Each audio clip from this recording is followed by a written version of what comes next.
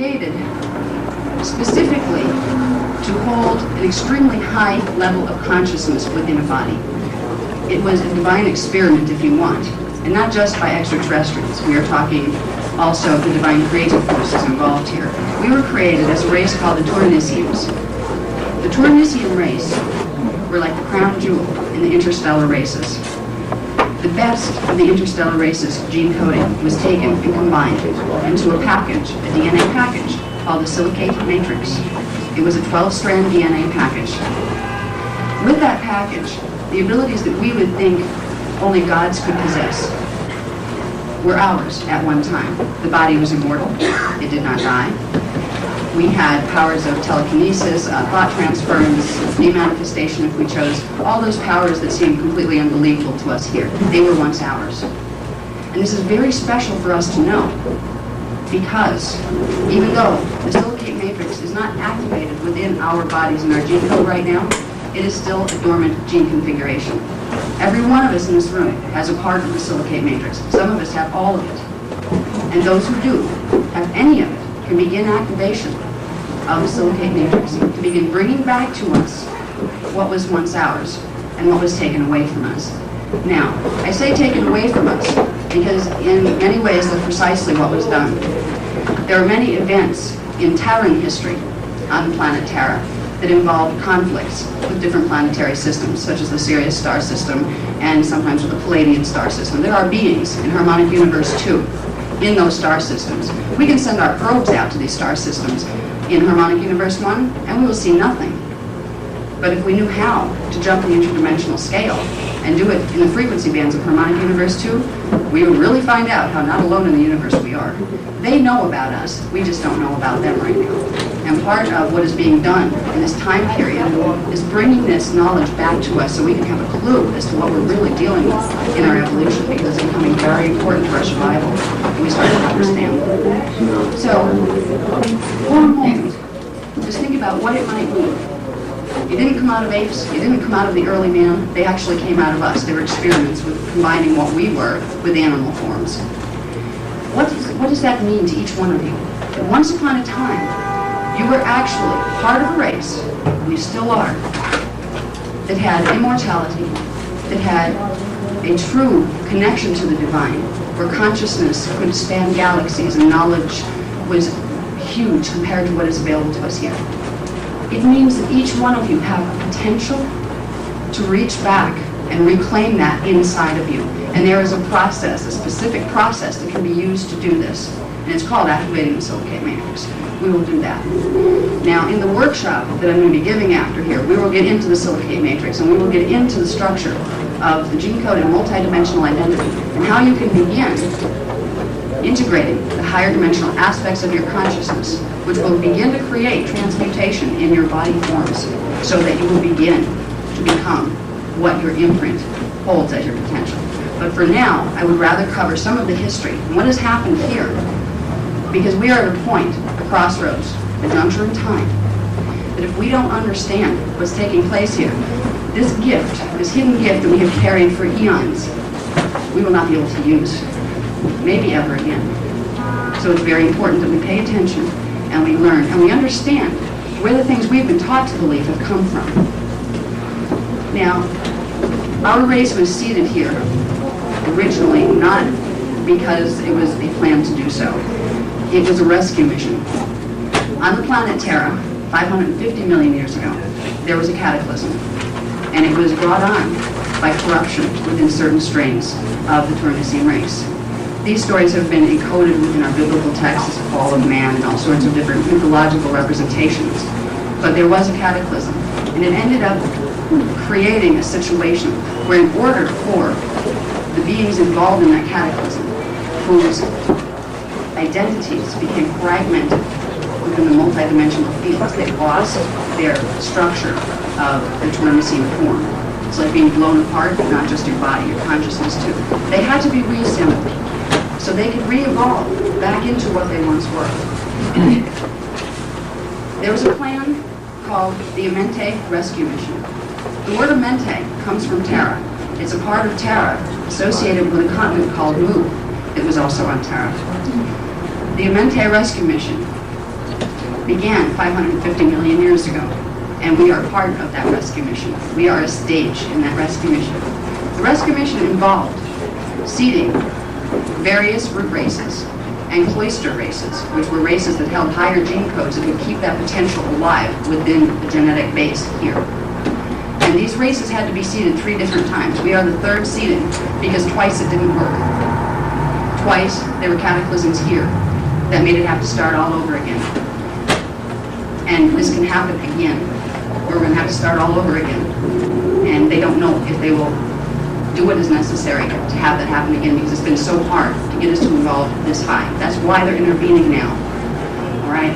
Now, all of our, what we consider our ancient history, which is really recent history when you're comparing it to 550 million years ago, there's a lot of pieces of this knowledge hidden in different places, in different religious systems and spiritual perspectives. There are secrets. This is why one of my books is called Secrets of Amente. These are the secrets of how we got here, why we're here, and if we know why we're here, we know where we're going. There's an evolutionary blueprint we were intended to fulfill, but we don't know it here anymore. Well, the Secrets of Amente have held that as a secret, hidden truth of the human lineage for a very long time, and those secrets are being revealed now. In order to create the Amente rescue mission, a thing called the sphere of Mente was created. It is a morphogenetic field, a blueprint, a pattern for matter manifestation.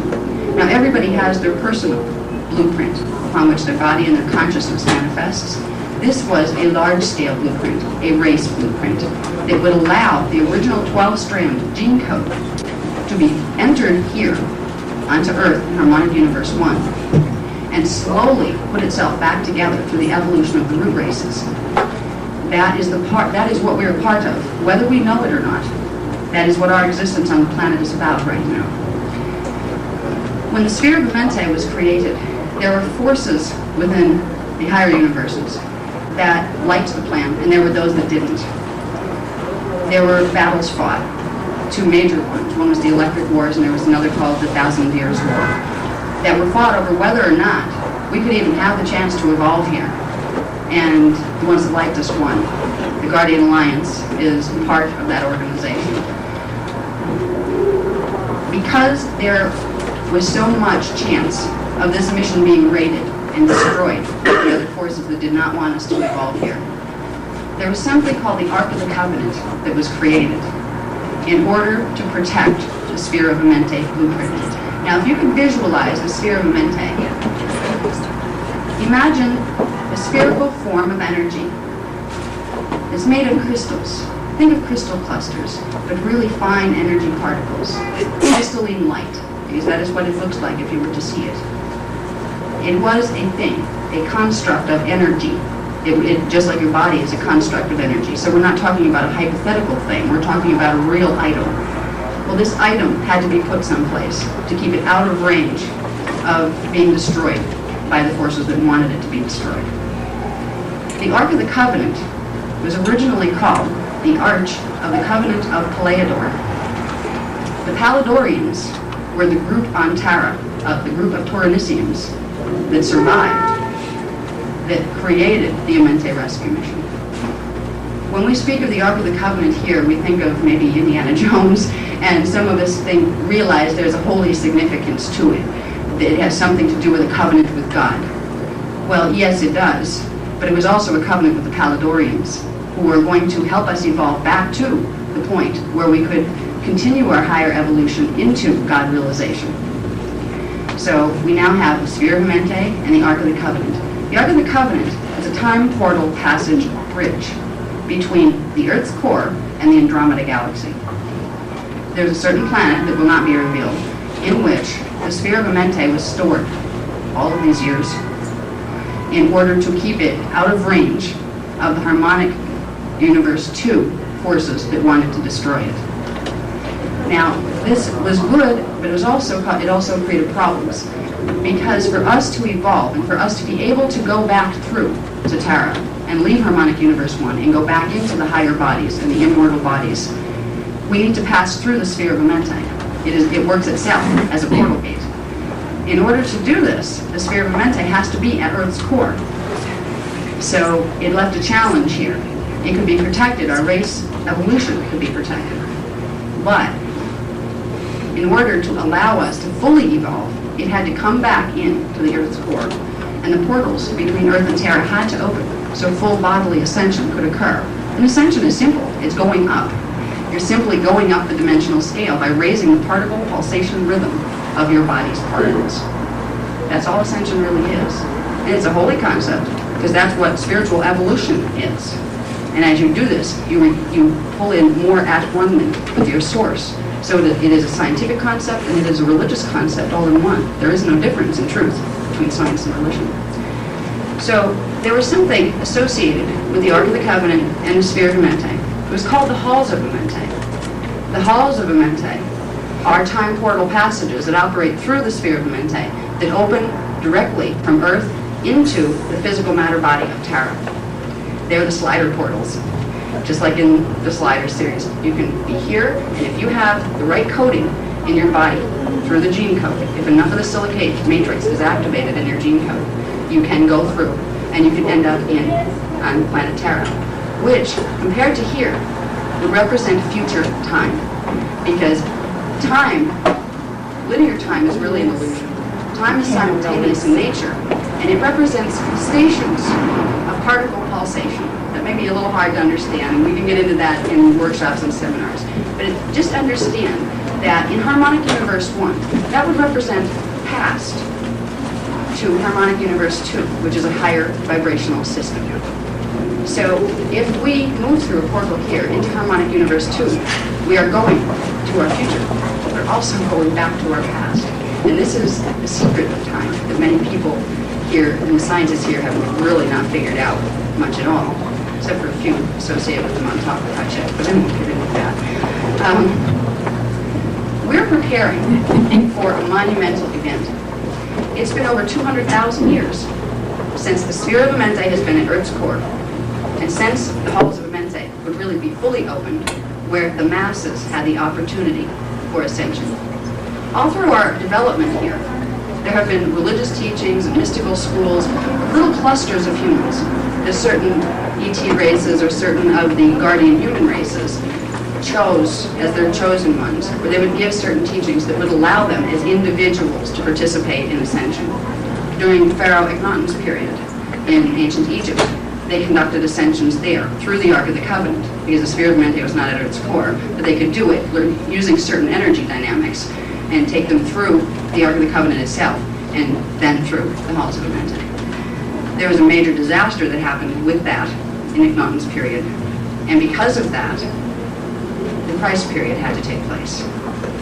Now there's a lot of energy around the concept of Christ, Jesus Christ, whatever you want to call that embodiment of our hope, because that is really what that personage symbolizes to us. There are hidden parts of the story of Jesus Christ. They are all completely connected to the Amente plan and to our evolution. They were actually, within the story that we have received of who Christ was, there are three people interwoven into that story. The stories we read in our Bible are actually about three different people that got consolidated into one person. They were all good, and they all served their purpose within the ascension practice and getting the race ready to evolve into ascension. But there were three Christs, they call them. The first, I believe he was born in 12 BC? Yeah, 12 BC. He was called, quite simply, Jesuit 12. He was a 12th level avatar. Now, in the workshops, we'll get into what an avatar level consciousness is compared to other things.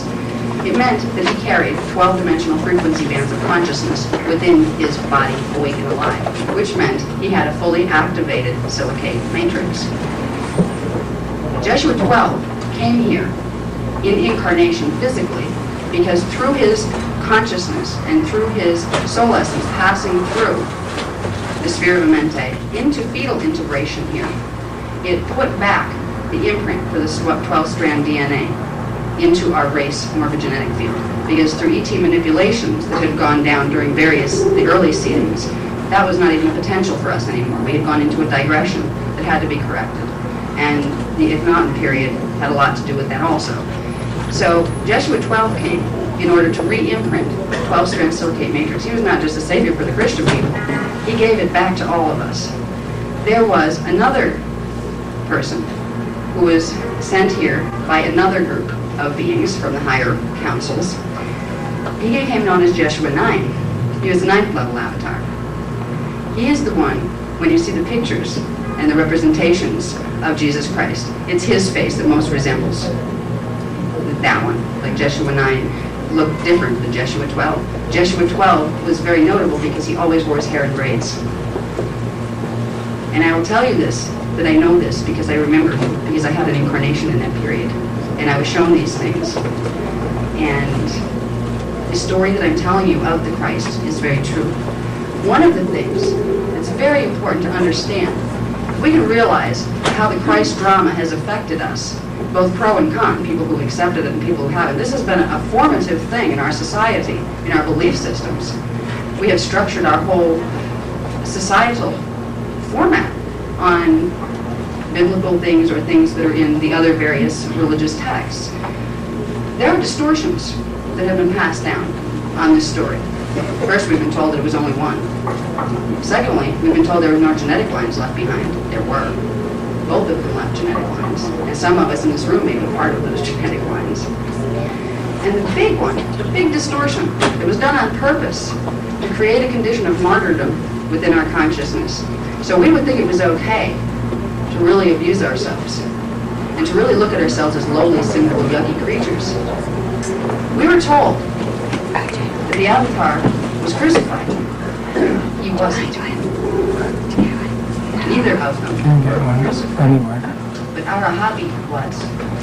Arahabi was another man. He was from Jerusalem. And he was approached by the Elohim, who are a group of, some people here consider them angels. They're a group of higher evolution from the third harmonic universe. Arahabi was presented with a proposition. There was a lot of heat coming down on Jeshua 9 as far as his teachings. And he was creating a lot of political upheaval, and they had to get him out before he was, before they killed him and went after his genetic lines. He was exiled to the regions of what we know as France. But Arahabi took the fall for him. Now, he was granted ascension immediately, after the fact. But the whole story of man on the cross, it was not one of the Jeshuas. It was Arahabi. And it was meant, and it was used in a way, after this. Yes, it got across the concept that you can be risen from the dead, and you can ascend. Because he did. Shroud of Turin belonged to him. But it was also used through remote extraterrestrial distortions by the guys that don't want us to evolve, to make us think that we're supposed to be like that. We're supposed to be martyrs. We're supposed to do like Jesus Christ did and let the universe walk all over us and really die and sacrifice and be miserable because God expects this. God does not expect this at all. God adores and honors his creatures, whatever they are. That's one program we need to override. Because when we override it, then we won't be too humble or too programmed into disliking ourselves to say, hey, I have a silicate matrix. I was a God being once. Yes, you were. Open your hearts to it, and you'll start to find it.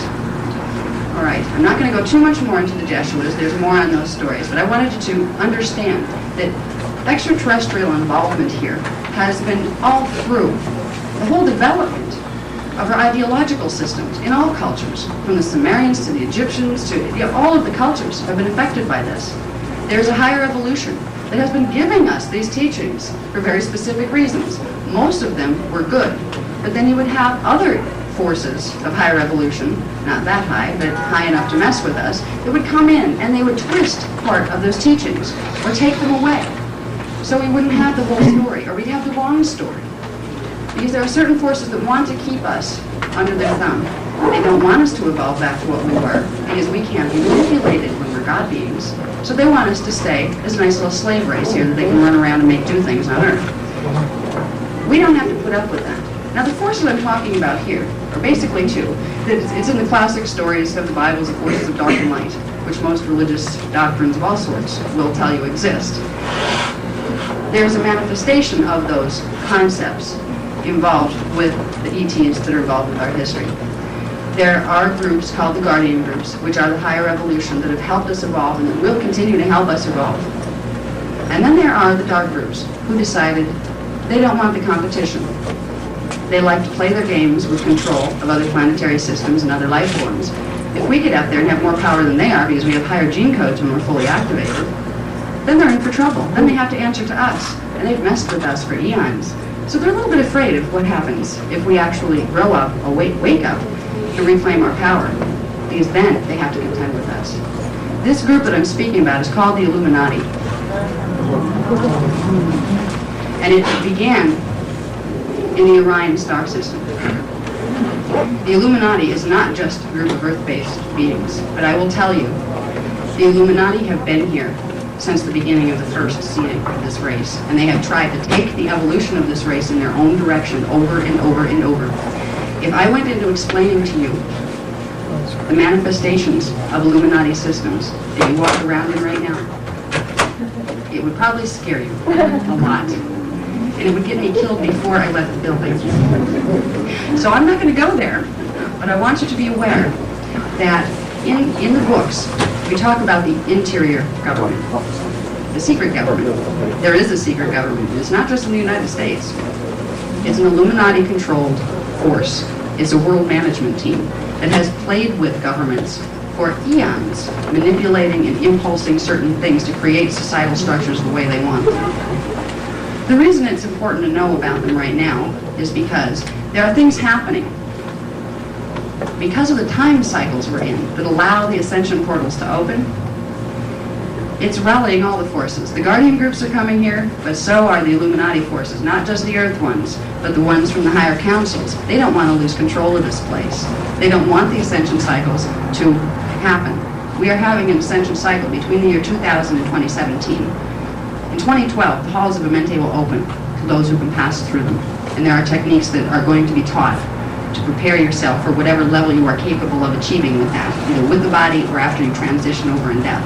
You can get out of Harmonic Universe 1 for the first time in several 100,000 years without having to go through many, many incarnations. They're trying to stop this process, and they're not going to win. They can't do it, but they can mess with us in the meantime. And that's what's been going on a lot. The real messing started in the early 50s with what a lot of people are familiar with, the concept of MJ12, Majestic 12 group. We were visited by the Zeta Reticuli and a couple other groups, extraterrestrial groups from Harmonic 2, during the early 50s, because when the bomb was developed, we were becoming dangerous. And there was intervention offered on a very small and quiet scale to try to help us not destroy ourselves and other things in the universe. The governments involved in MJ12, which is the United States government, and a couple of others, refused to participate with the guardian groups who offered their help. Instead, they formed treaties with the Zeta. The Zeta had one interest in mind primarily, and that was, we need a planet to live on, because they exploded their own a very long time ago. Now, Zetas come from a lot of different places. There are Zetas in the Orion system, there are Zetas in the Palladian system, they're all over the place. The ones that came here were actually affiliated with a time period in Tara that's between our time period and the 6,520 period that the guardian groups are coming from. There was a period when takeover was orchestrated, and it worked there. So they're coming from our future time, trying to get control here because they're going to lose control of their future time because of the ascension cycle and because of the opening of the halls of Amente, and they wanted to stop this. And it's funny, the Illuminati here, the interior government people and all that, they have not a clue why the Zeta were really here. Oh, the poor races are dying, they have to make hybrids so they can survive. This was a whole line of nonsense. Part of it was true. They do need hybrids, yes. And they can't survive in an Earth environment. The carbons are too strong here. So of course, if they're going to take over, of course they need new bodies. And they have been doing hybridization programs. Our governments have allowed this to happen. They have knowingly signed treaties that said, Yes, you can pick up whatever ones you want, as long as you put them back, you know, and try not to, like, hurt them, but they can't remember. They have the technologies. They use Keylontic science technologies to erase whatever memory they want. And that's where you're getting the alien abduction phenomena. People are starting to get pieces of those memories coming back. This is something that is going on. And whether we choose to believe in it or not is up to us. But it is very, very real. And it's not the biggest challenge that's facing us right now. We're being faced with a celebration and also a major challenge. The ET problem is the small issue. The real issue is the fact that the halls of Amente are opening. We are going into something called an ascension cycle. An ascension cycle is a biophysical phenomenon for the planetary particles. It's a physics issue. What happens in an acceleration cycle is the rhythm that particles, the molecules, pulsate at, their normal rhythm within a three-dimensional system, within harmonic universe 1, begins to increase. And they begin to pulsate faster. What this creates for us is a literal biophysical time acceleration. It accelerates the movement of time because time is very tied into particle pulsation rhythm, which I won't get into here because it's a long story.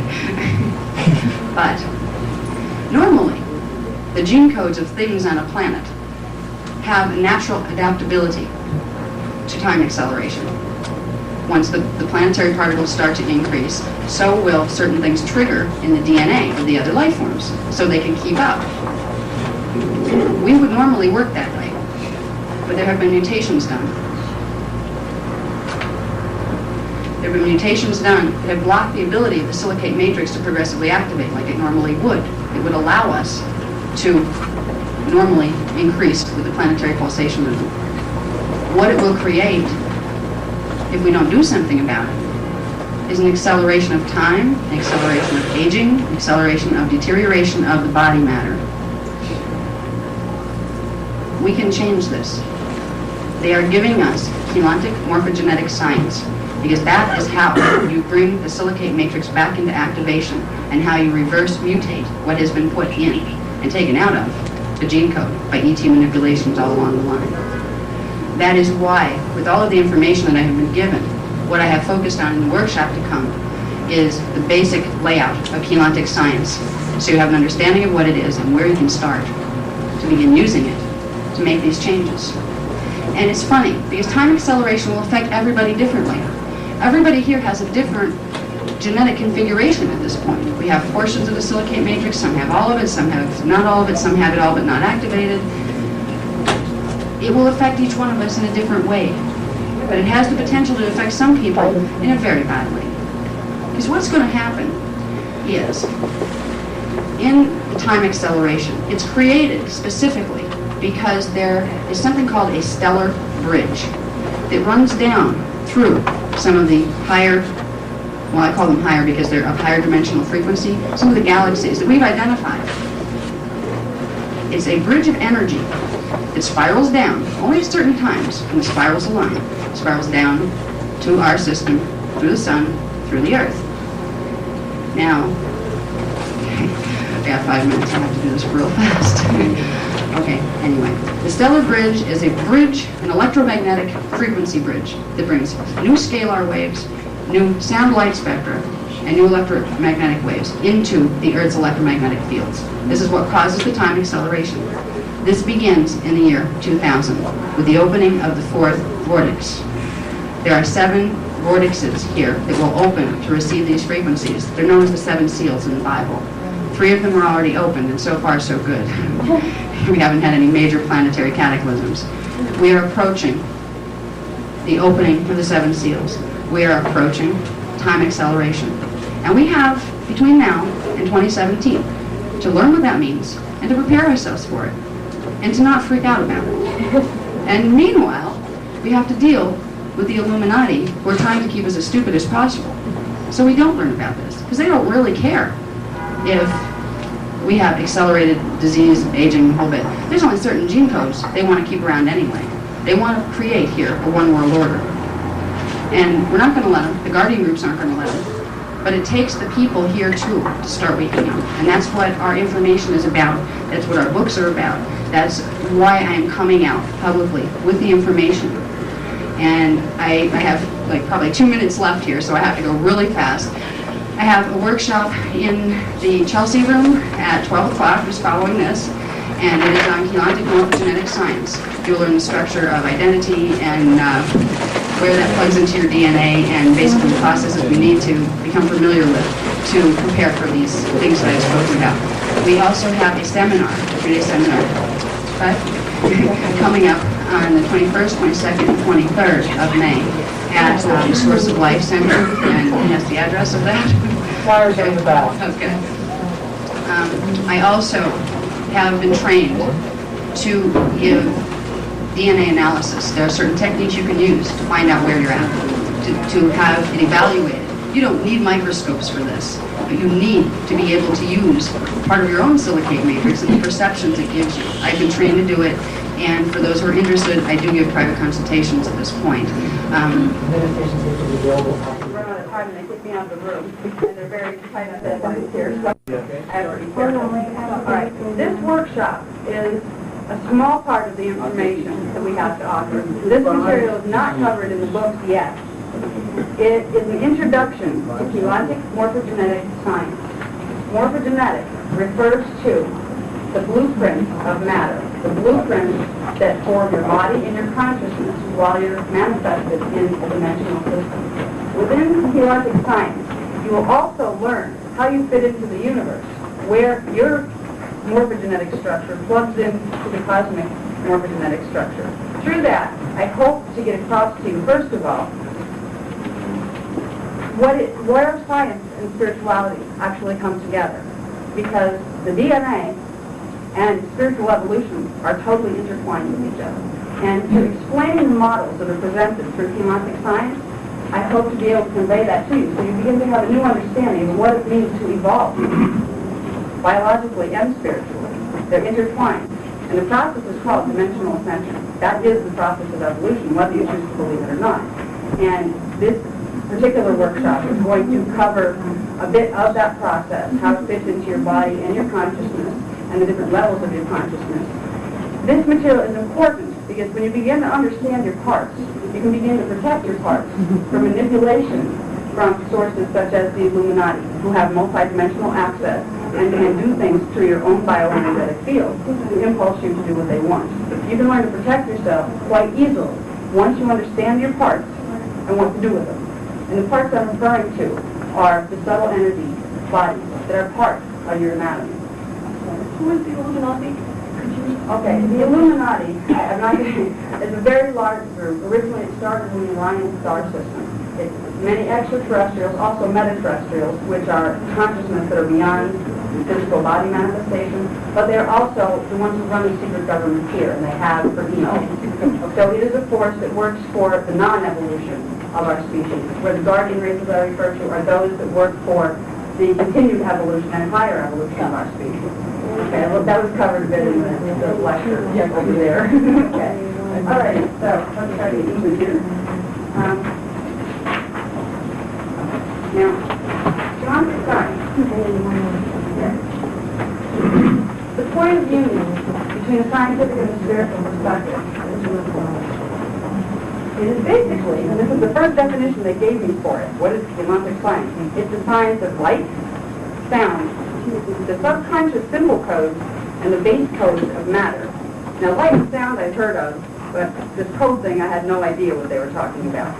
As we progress through this, we'll learn about things called particae, partici, and particum, which are ultra-microparticles that form morphogenetic fields. We'll learn what codes are that are formed, groups of crystalline structures that are formed from these ultra-microparticles that make up the blueprints for every one of us and every matter form in the room.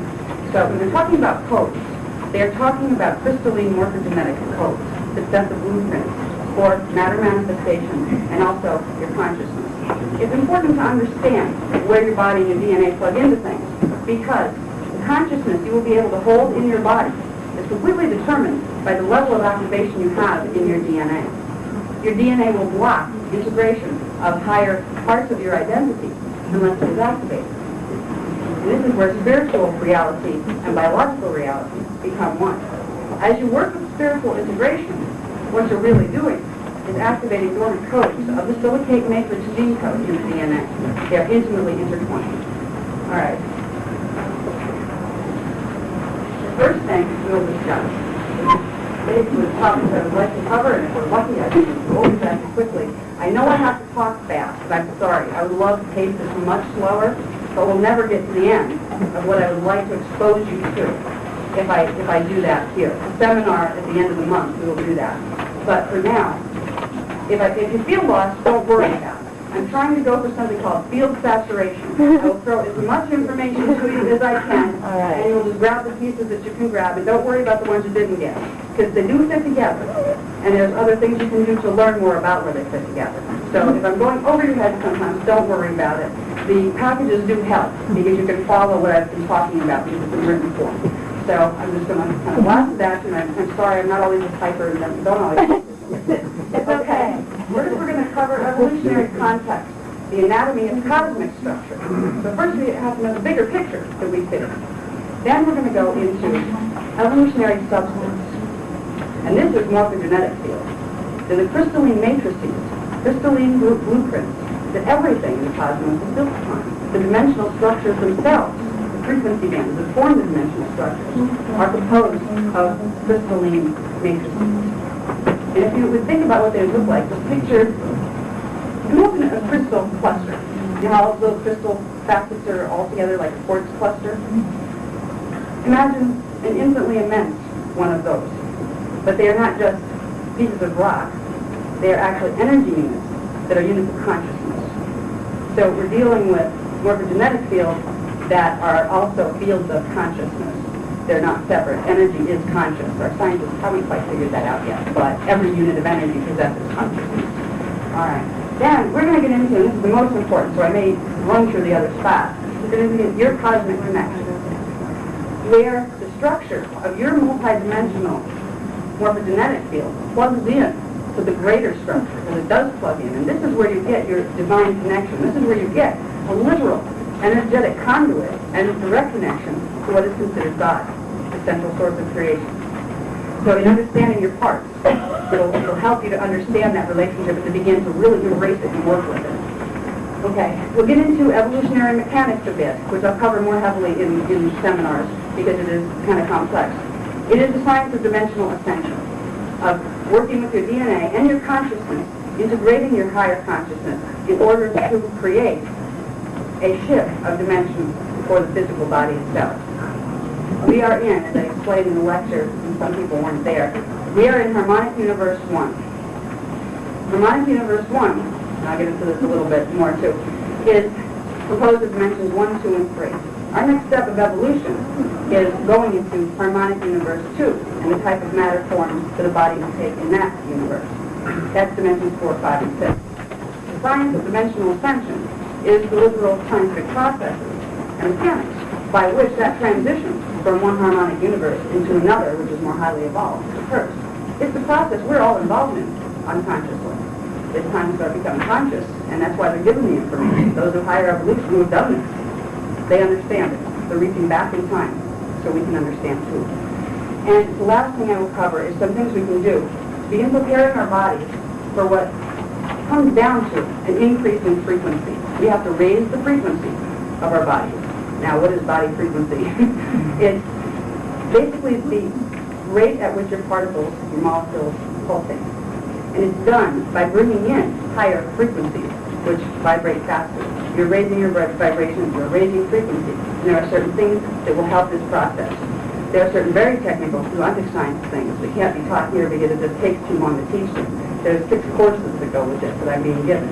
But for now, there are little things that we can do to begin the process and prepare for DNA activation. And that's what we'll cover. Okay, now, first things first.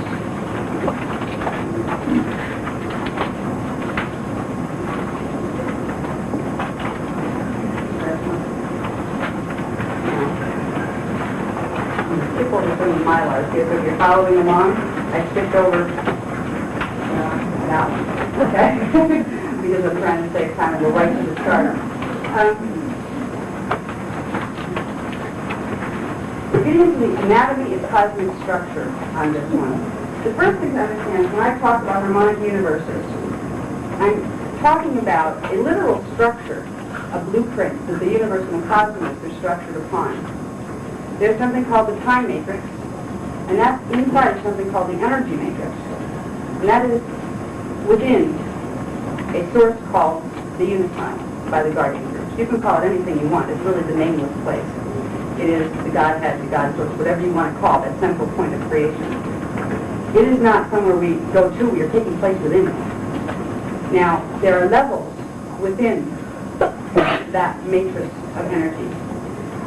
The first one is the energy matrix. It is not a dimensionalized system. It is a level of pure, endless consciousness that has certain configurations. We don't need to worry about that because we're still in dimensionalized reality systems here. And there's a lot to go between here and the energy matrix before we completely become at one with the whole of source. Now, within the energy matrix, there are 24 15-dimensional matrices. Okay? On this here, you can see.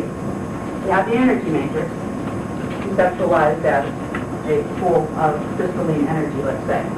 Here, you have 24 smaller matrices that form on the 6-axis. Each one of these is a full spectrum reality system that has 5 harmonic universes.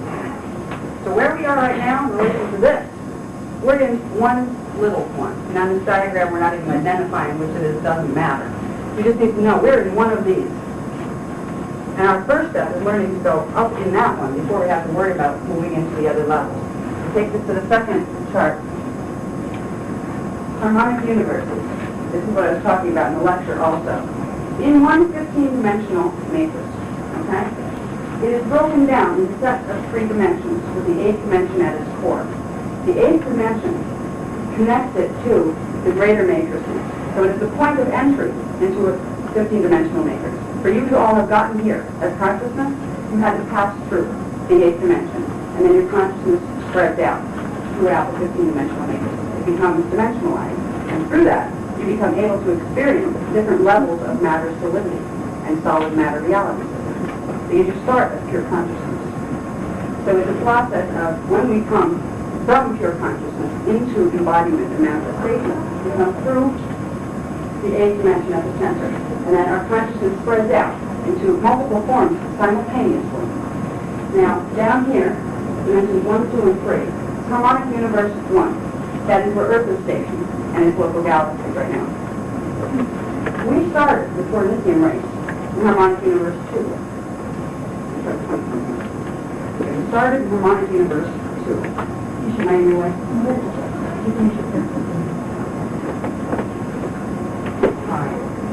Now, the fall of man stories that have been passed down in our lineage were denoting a fall, literally, in vibrational frequency from the frequency bands of harmonic universe 2 into the frequency bands of harmonic universe 1. Now, harmonic universe 2, there's a planet called Tara. That planet is a higher level version of this planet. There are pieces, anything that enters the center point through the 8th dimension, it's versions of itself manifested within each harmonic universe. So here, the Earth in harmonic universe 1 has a counterpart, Tara, in harmonic universe 2. It has a counterpart, Gaia, in harmonic universe 3. And there are others going into the non-manifest aspect that we don't even need to deal with. So right now, we're all taking place, and our evolution on Earth is taking place down here, in the dimensions 1, 2, 3, in the first harmonic universe. Now, within one harmonic universe, we're dealing with a set of time cycles, time continuum. There are, in the 3-dimensional field, dimensions 1, 2, and 3, there are 6 small cycles of time that are time continuum. They're actually rhythms of particle pulsation speed, and that change the angular rotation of particle spin of molecules. This is what creates the passage of time.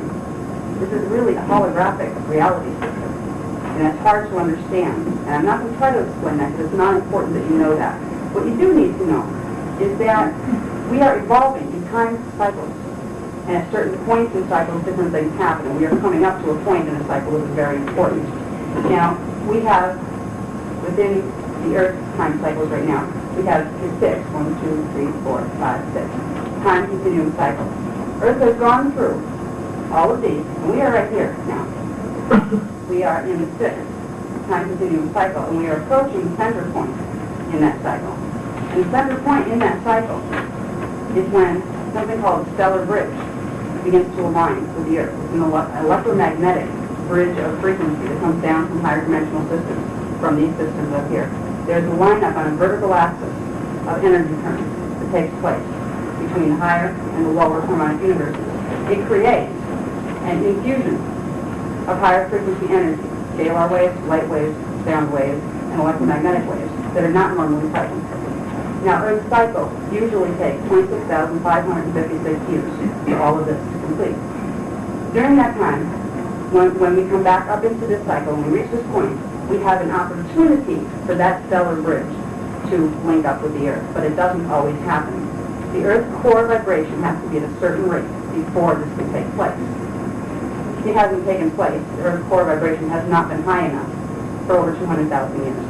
This is the first time in over 200,000 years that we are going to get bombarded with stellar frequencies. We have no race memory to draw on what might this mean. There are going to be changes here that many in the higher world are just watching and pulling up the seat because even they don't know what it's going to turn out like. You know, this is the hot spot in the universe right now. Wow, check it out, what's happening on Earth. So it helps to understand the framework that our evolution is taking place within. And I could say a lot more on this and on the cosmic levels of it, but I'm not going to do that because I think what's most valuable for the people here is to understand the parts you're going to go home with, your own personal morph field, your own personal multidimensional identity structure. If you can get an idea of what that is and start to work with it, then the rest will start to make sense to you. But I just wanted you to understand the basic structure that evolution is taking place within. We are down here. We have passed through these time continuums, and we are up here. And it's time for celebration and also time for some challenges. Okay.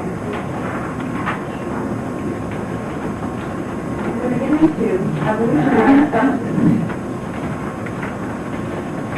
We begin to morphogenetic fields. And I will try not to get very technical with this, because again, I'm trying to get you back to the anatomy of your multidimensional identity. It's the most precious thing I can give you to take home with right now. All right. I've spoken about morphogenetic fields. These are crystalline structures that are the blueprint for matter and consciousness when it is within a dimensionalized scale. And as we just learned by the cosmic diagrams, we are in a dimensionalized scale. Now, morphogenetic fields are not a hypothetical something. They are a literal something made of substance. The substance they are made of are ultramicro particles that are very minute. They have not been identified by science. They're much smaller than the particles that are identified presently by science. Those particles are the particle chi, part K, and part cum.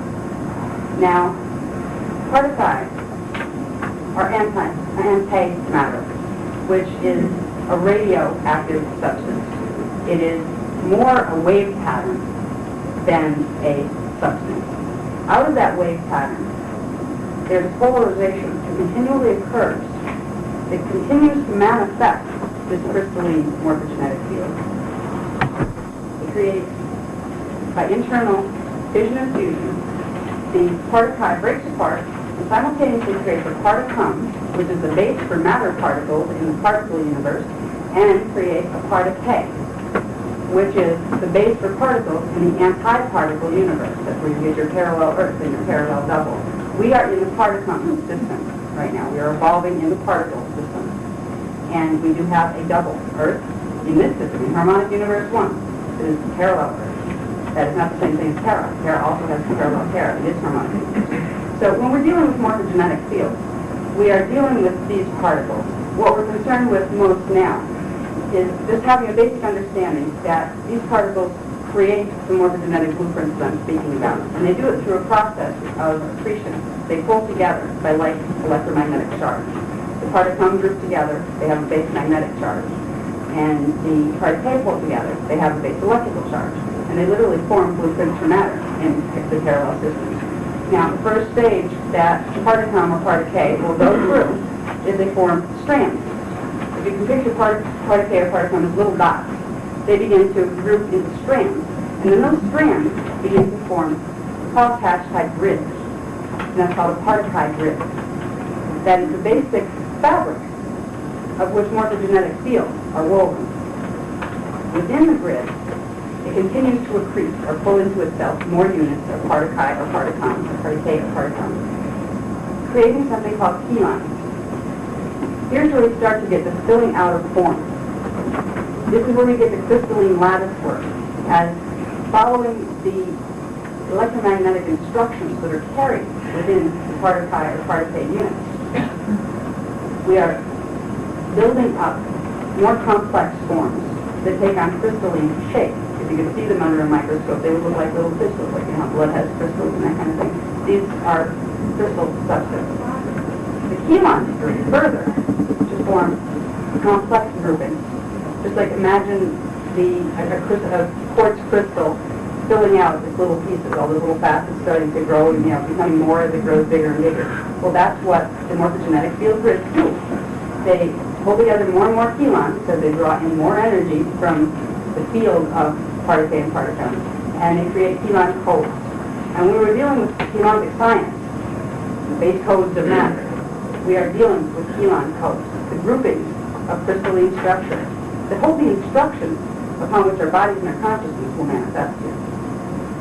If you want to change the way something works, or you want to change the structure of something, first you go to the blueprint to change it. Because here, we're dealing with not just blueprints on a piece of paper. We're dealing with blueprints that are electromagnetic instructions. It's like in a computer. They work as the program. If you want the computer to do different things for you, you change the program. And that's what Keylontic morphogenetic science will help you to learn how to do. You're going to learn to reprogram and restructure certain configurations in your morphogenetic field in order to undo blockages that have been put here by DNA mutations that were done by interstellar Illuminati groups.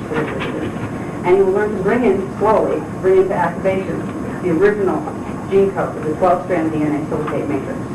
Through this, and you only have to do a very little bit of it. We're only working on helping people to learn to activate strand 4.5. I'm not even worried about the rest up to 12 right now. That will get us through the time acceleration. And so it's not that hard. They're the basic units. Now, there's a lot of talk about fire letters, and there's some other people of spiritual persuasions that are talking about fire letters out there too. Fire letters are, if we were going to write down what these codes are, these keylons, fire letters would be how you would express a keylon. There are 12 primary fire letters that govern each dimensional level of the human morphogenetic field. Those 12 primary fire letters are usually expressed in terms of the Hebrew alphabet, the original Hebrew alphabet. And that represented sound tones. The sound tones of those letters of the alphabet would trigger Keylon codes into activation within the body morphogenetic field and within the DNA. So there was a real importance in the mystical traditions of working with fire letters. They were working with sound tones to activate morphogenetic imprints that would activate DNA. And that's why it was all attached to ascension and spiritual things, because that is the process that will awaken your DNA so you can accomplish dimensional ascension. All right, now, we work with something called geomancy. Geomancy are the control codes. The fire letters represent the 12 primary codes. And for each strand of DNA that you have, in the 12-strand silicate matrix, you would have 12 primary fire letters. If you jumble them all up together, and also all the tertiary, secondary, and tertiary codes that are contained in that DNA strand, you would have a configuration of energy that would be a fixed point of frequency vibration and a fixed scalar wave, a standing wave pattern in your morphogenetic field that, when expressed out here, would look like a geometric form. When we use geometric forms consciously, understanding what they represent, you can reprogram your morphogenetic field if you know how to use the key codes to control the fire letters that control the morphogenetic field that controls the DNA strand. So it's kind of a complex process. And like I said, I'm just going to kind of move it at you a little bit and move on. But there's much more for people who are interested in pursuing. You know, there will be very courses to really help you understand the process. So these are the basic substances out of which morphogenetic fields are created. We're not talking hypothetical, they're real substance things. Just like your foot is real. The morphogenetic field is real too.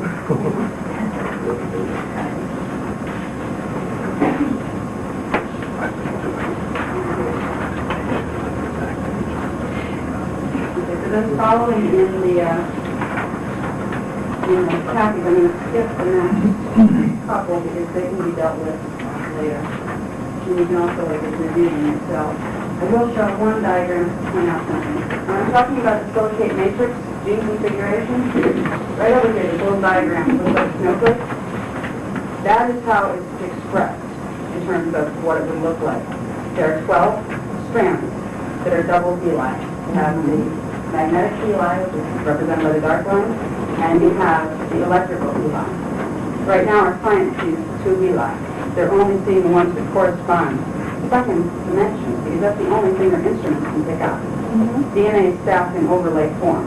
It's multidimensional. If you're using instruments that are key to these dimensions, they will only have a very limited ability to make visible the DNA strand. If you want to see strand 3, you have to go to D4, dimension 4. So right now they're in dimension 3. They're focusing on materials from dimension 3. They're seeing strand 2. So they're missing a lot. Now, this is what we're aiming to activate. And in so doing, we will eventually evolve ourselves out of here and back into harmonic universe 2, and then 3, where we will go from carbon-based matter body to a carbon silica-based matter body to a pure silica-based matter body, which is etheric. So we will lessen our density levels as we go. But right now, all we need to worry about, we have already strands 1 activated, strands 2, and most of us are between 3 and 3.5 strand activation levels. For the things that are to come, the time acceleration, we need to get to 4.5. That would be all strand 4 and half of strand 5. In the silicate matrix, each of the strands has 12 primary base codes, which are the magnetic codes. So there would be 12 little dots, let's say, in the black line on each of those, and 12 matching acceleration codes that correspond to our antiparticle bubble. In the process of activating the strands, we are bringing each set of those codes active into the DNA. And we are using sound to do it. And we are using light and specific geomancies that control those strands. So that's where we get the importance of understanding why we're using these symbols.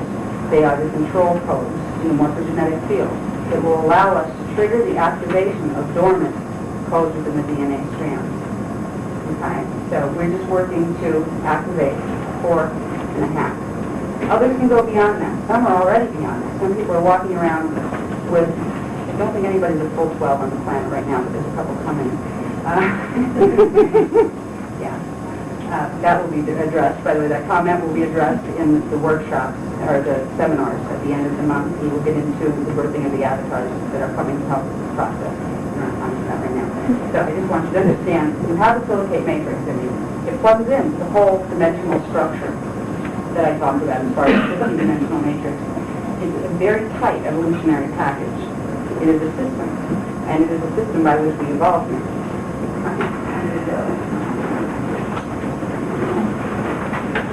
And what I'm going to do from here on, with these packages, I suggest reading your packages too, because to kind of do the time thing here.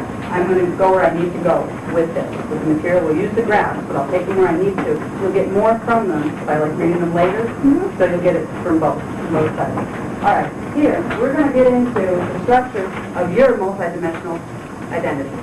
Well, what your anatomy really is. Science tells you that your anatomy is what you see when you look in the mirror, and the stuff that's on the inside that the surgeons can see when they cut you open. But they don't tell you that there are electromagnetic realities, and they don't tell you that there are fields of particle and particles that are composing your system, because they don't know this yet. That's why they're not telling you. The future people that are communicating with us do know that. Okay. Now, I like this word, it made me laugh when I first told you. We have something in our morphogenetic structure called Huva bodies. A Huva body is a grid of energy. It's scalar wave points, little standing wave patterns, and fixed points of frequency, sound, that hold those patterns in place, that correspond to the harmonic universes in the 15-dimensional matrix.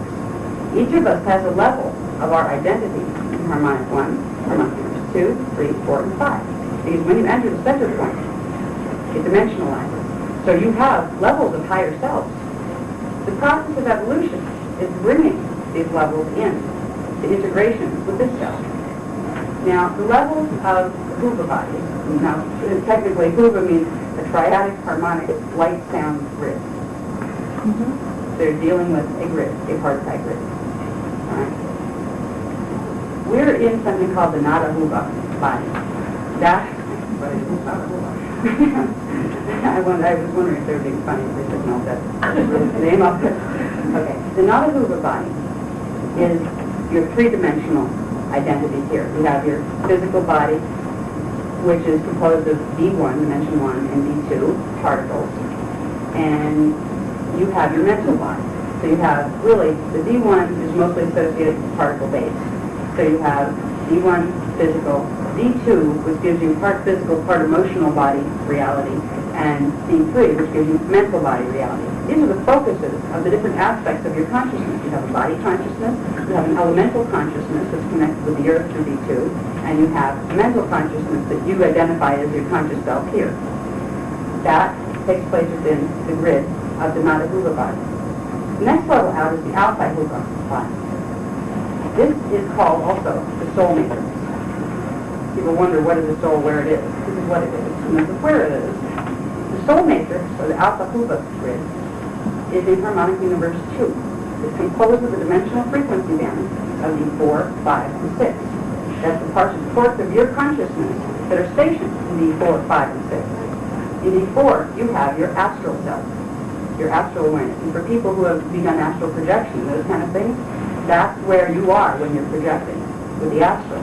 There's another level above that, and this is the one we're going to be working with, the D5 level of your consciousness. That's called the archetype. And D5 happens to be a controlling dimension. It controls the patterns of the ones below it. So in using your D5 archetype identity, which sets the pattern for your incarnational identity down here, you can realign your genetic code, but also your consciousness with the original intentions and patterns that your soul had originally set, which is you. So the first step in spiritual evolution and biological evolution is bringing in the Alpha Huba body grid into merger with the Nada Huba body grid. And we do that through a process called grounding the archetype, grounding the fifth dimensional aspect of identity, which is grounding the Alpha Huba body into the Nada Huba body. Now, on here, I'm not going to go through these one by one like a regular instruction. You have it there if you want to read about the next one. I want to get to the processes we need to do right now. You have the information here above and beyond what I'm going to be talking about now. So you can see the names of the other bodies. And there are diagrams later that show which dimensions they correspond to. But all the way up to 15-dimensional scale, you have a part of you. And the process of becoming whole is the process of integrating those various parts sequentially. And as that is done, sequentially, the DNA, or the silicate matrix, activates.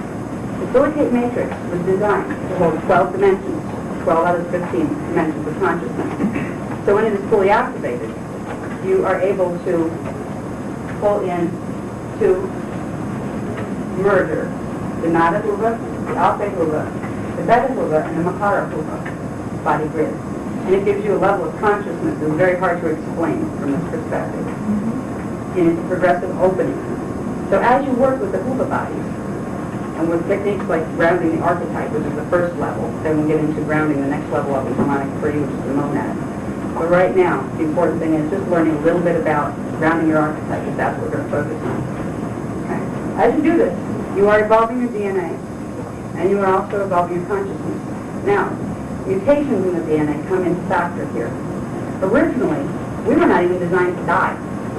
We were designed to be an immortal body that progressively activated the silicate matrix, progressively merged those grids until it left down here and was able to ascend up to harmonic 2 and then up to harmonic 3. Because of manipulations that were done to our morphogenetic fields by changing those fire letter codes into something they weren't originally intended to be, by various Illuminati factions that have messed with us since the time we were put here, we carry certain blockages to this process.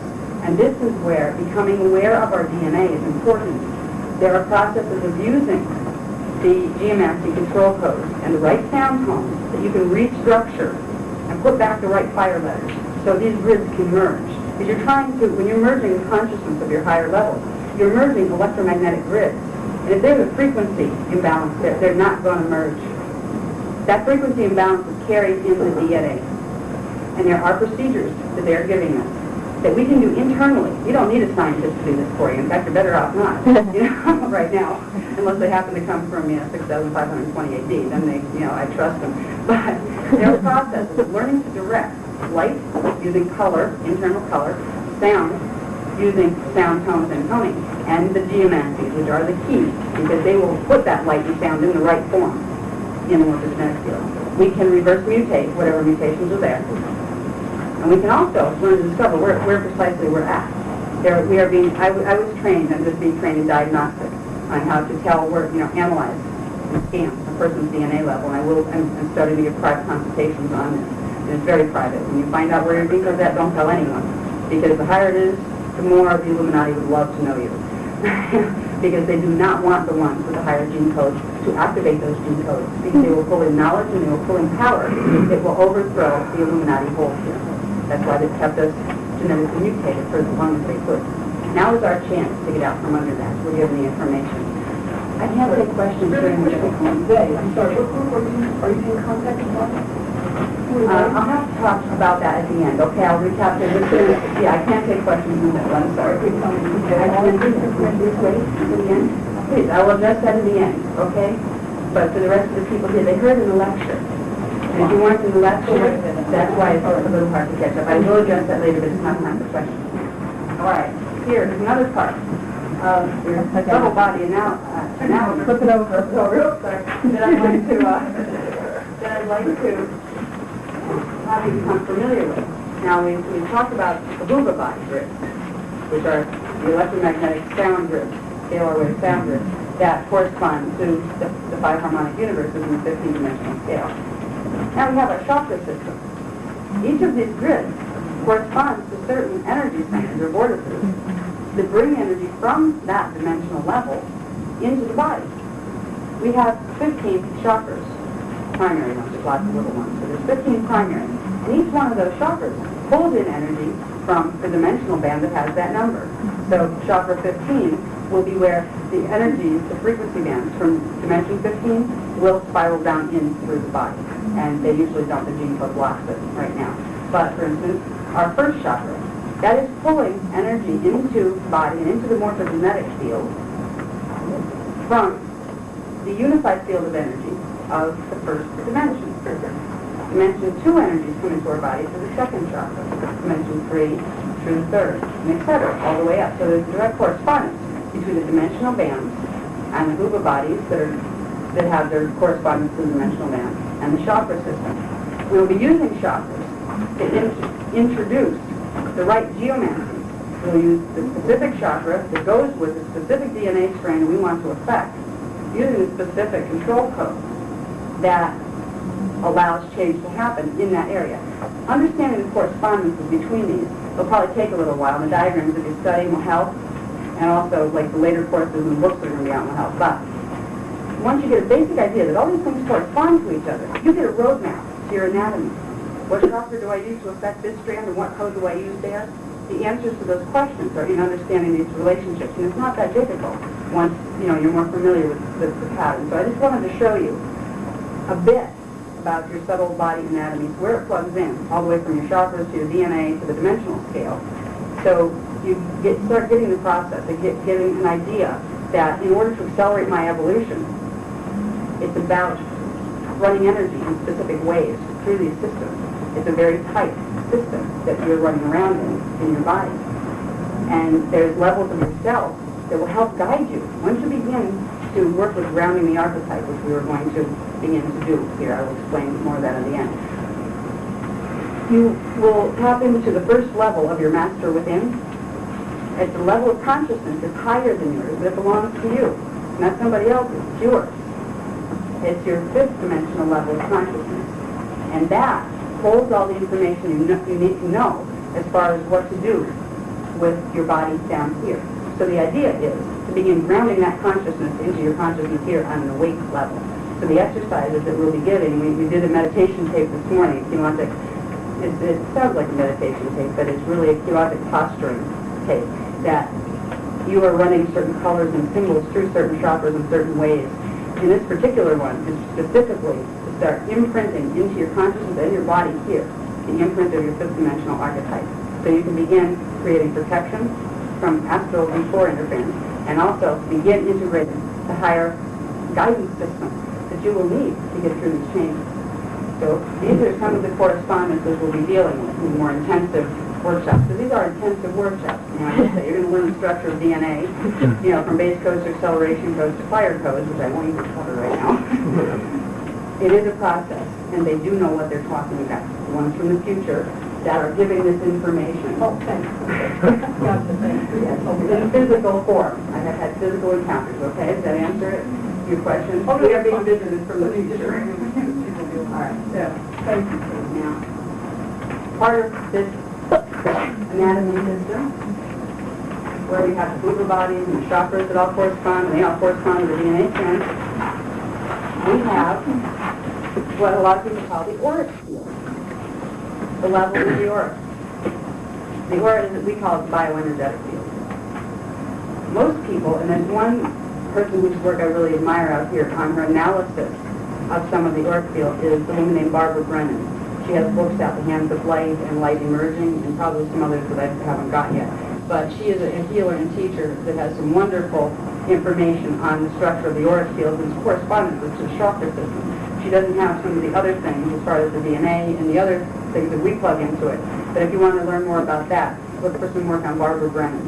And most bookstores carry these, because they're like classics in metaphysics at this point. But she talks about the 7 inner layers of the auric field. These in here. These correspond to dimensions 1 through 7. You also have the 8 outer layers here that extend way out beyond your body, out into the universe, literally.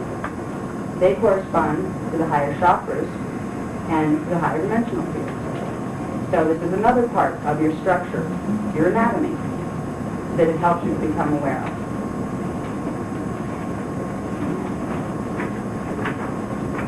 And here's a little closer look at the silicate matrix.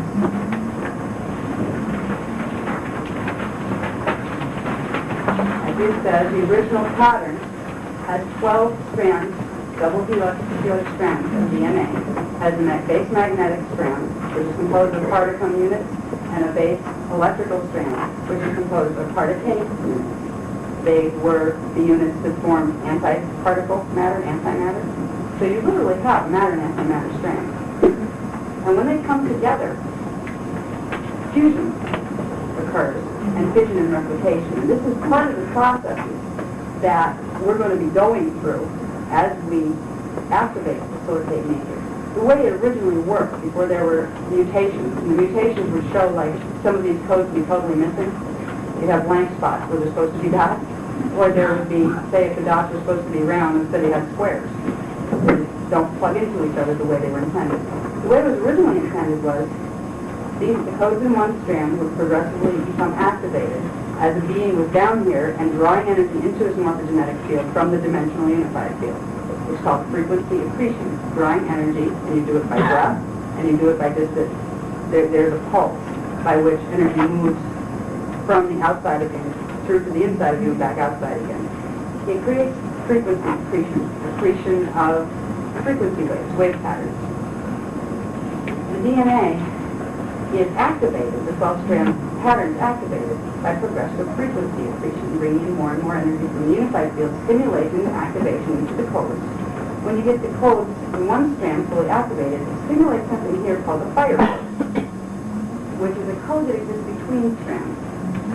The code between strands, the fire code, allows for one strand to plug into the other. And when you get a successive plugging in of 3 of those, it would take a body from a carbon-based biology into a carbon-silica-based biology, and it would shift your biology and your orientation in space-time to harmonic universe to Terra. But it's a slow process. It doesn't happen bang like that. It's not most cases. So this is the basic structure we're working with. This diagram is called the Beta Huba key, because it's the key to the 3 levels of the Huba bodies, the Beta Huba, the Alpha Huba, and the Nada Huba. And it's the key to understanding how to work with them. But for now, it just helps you to visualize what those 12 strands of DNA look like, and to understand that as we work with our archetype and work with spiritual integration, what we are doing is learning to fire these codes, straighten them out and to fire them. So this process, this natural process of activate the code, trigger the fire code, activate the next set, let the strands blend, will progressively take place within us. It was our natural birthright to have the ability to transmute form rather than to die and reincarnate. For over 5 million years, that process has been messed with, and we have had to reincarnate to bring in all of those frequencies. Our reincarnations are done for the purpose, same purpose, of trying to accrete or bring in to our morphogenetic field all of those frequencies. And it used to work in a way that you didn't have to die to do it. But because they blocked some of the codes in through here, you had to drop the body and start a new one at that level of vibration, that you carried the imprints that you took, that you had from your other body, you carried that as a morphogenetic imprint into your next incarnation. And you would take it from there and try to build the next set of codes. So it's much slower now because of what they did to our codes. We're going to learn to undo that if we learn mechanics of Keylontic morphogenetic science.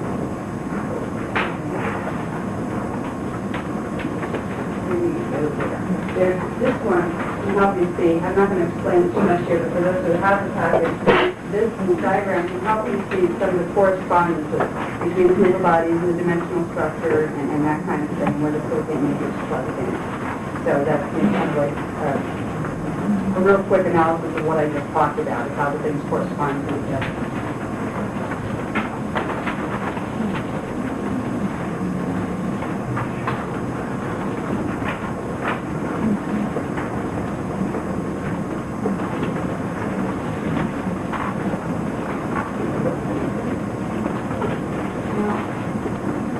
Followed my sequences exactly, and that's okay. You have the original sequence in the package.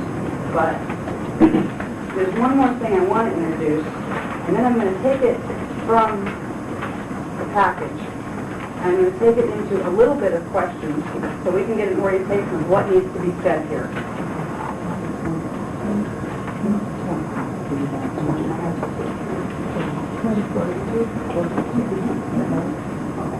Now, in the progressions that I talked about here of integrating your Huba bodies and your higher spiritual identities, which progressively activates DNA strands, here's the progression of matter density levels that go along with this evolutionary package. We're down here in the physical, hard physical matter system, and biological forms have a carbon-based biology. When we bring into ourselves and activate the full first 3 strands of DNA, we begin to make a transition into the next harmonic universe cycle. We begin to activate strand 4 and progressively shift ourselves into harmonic universe 2. It's not a process that happens overnight. It happens over many, many years, sometimes over many incarnations. What we're facing, most of us right now, because we're between 3 and 3.5 strand accretion, a lot of us are getting really near the transition point right here, where we begin to activate strand 4, which means bringing in the frequencies from the 4th dimension, bringing into the morphogenetic field, which will activate strand 4 of the silicate matrix. So we're going into this transition now. When we fully have activated the alpha Huba body, which is the soul matrix pattern within our bodies here, we will have brought in 4th, 5th, and 6th dimensional frequencies.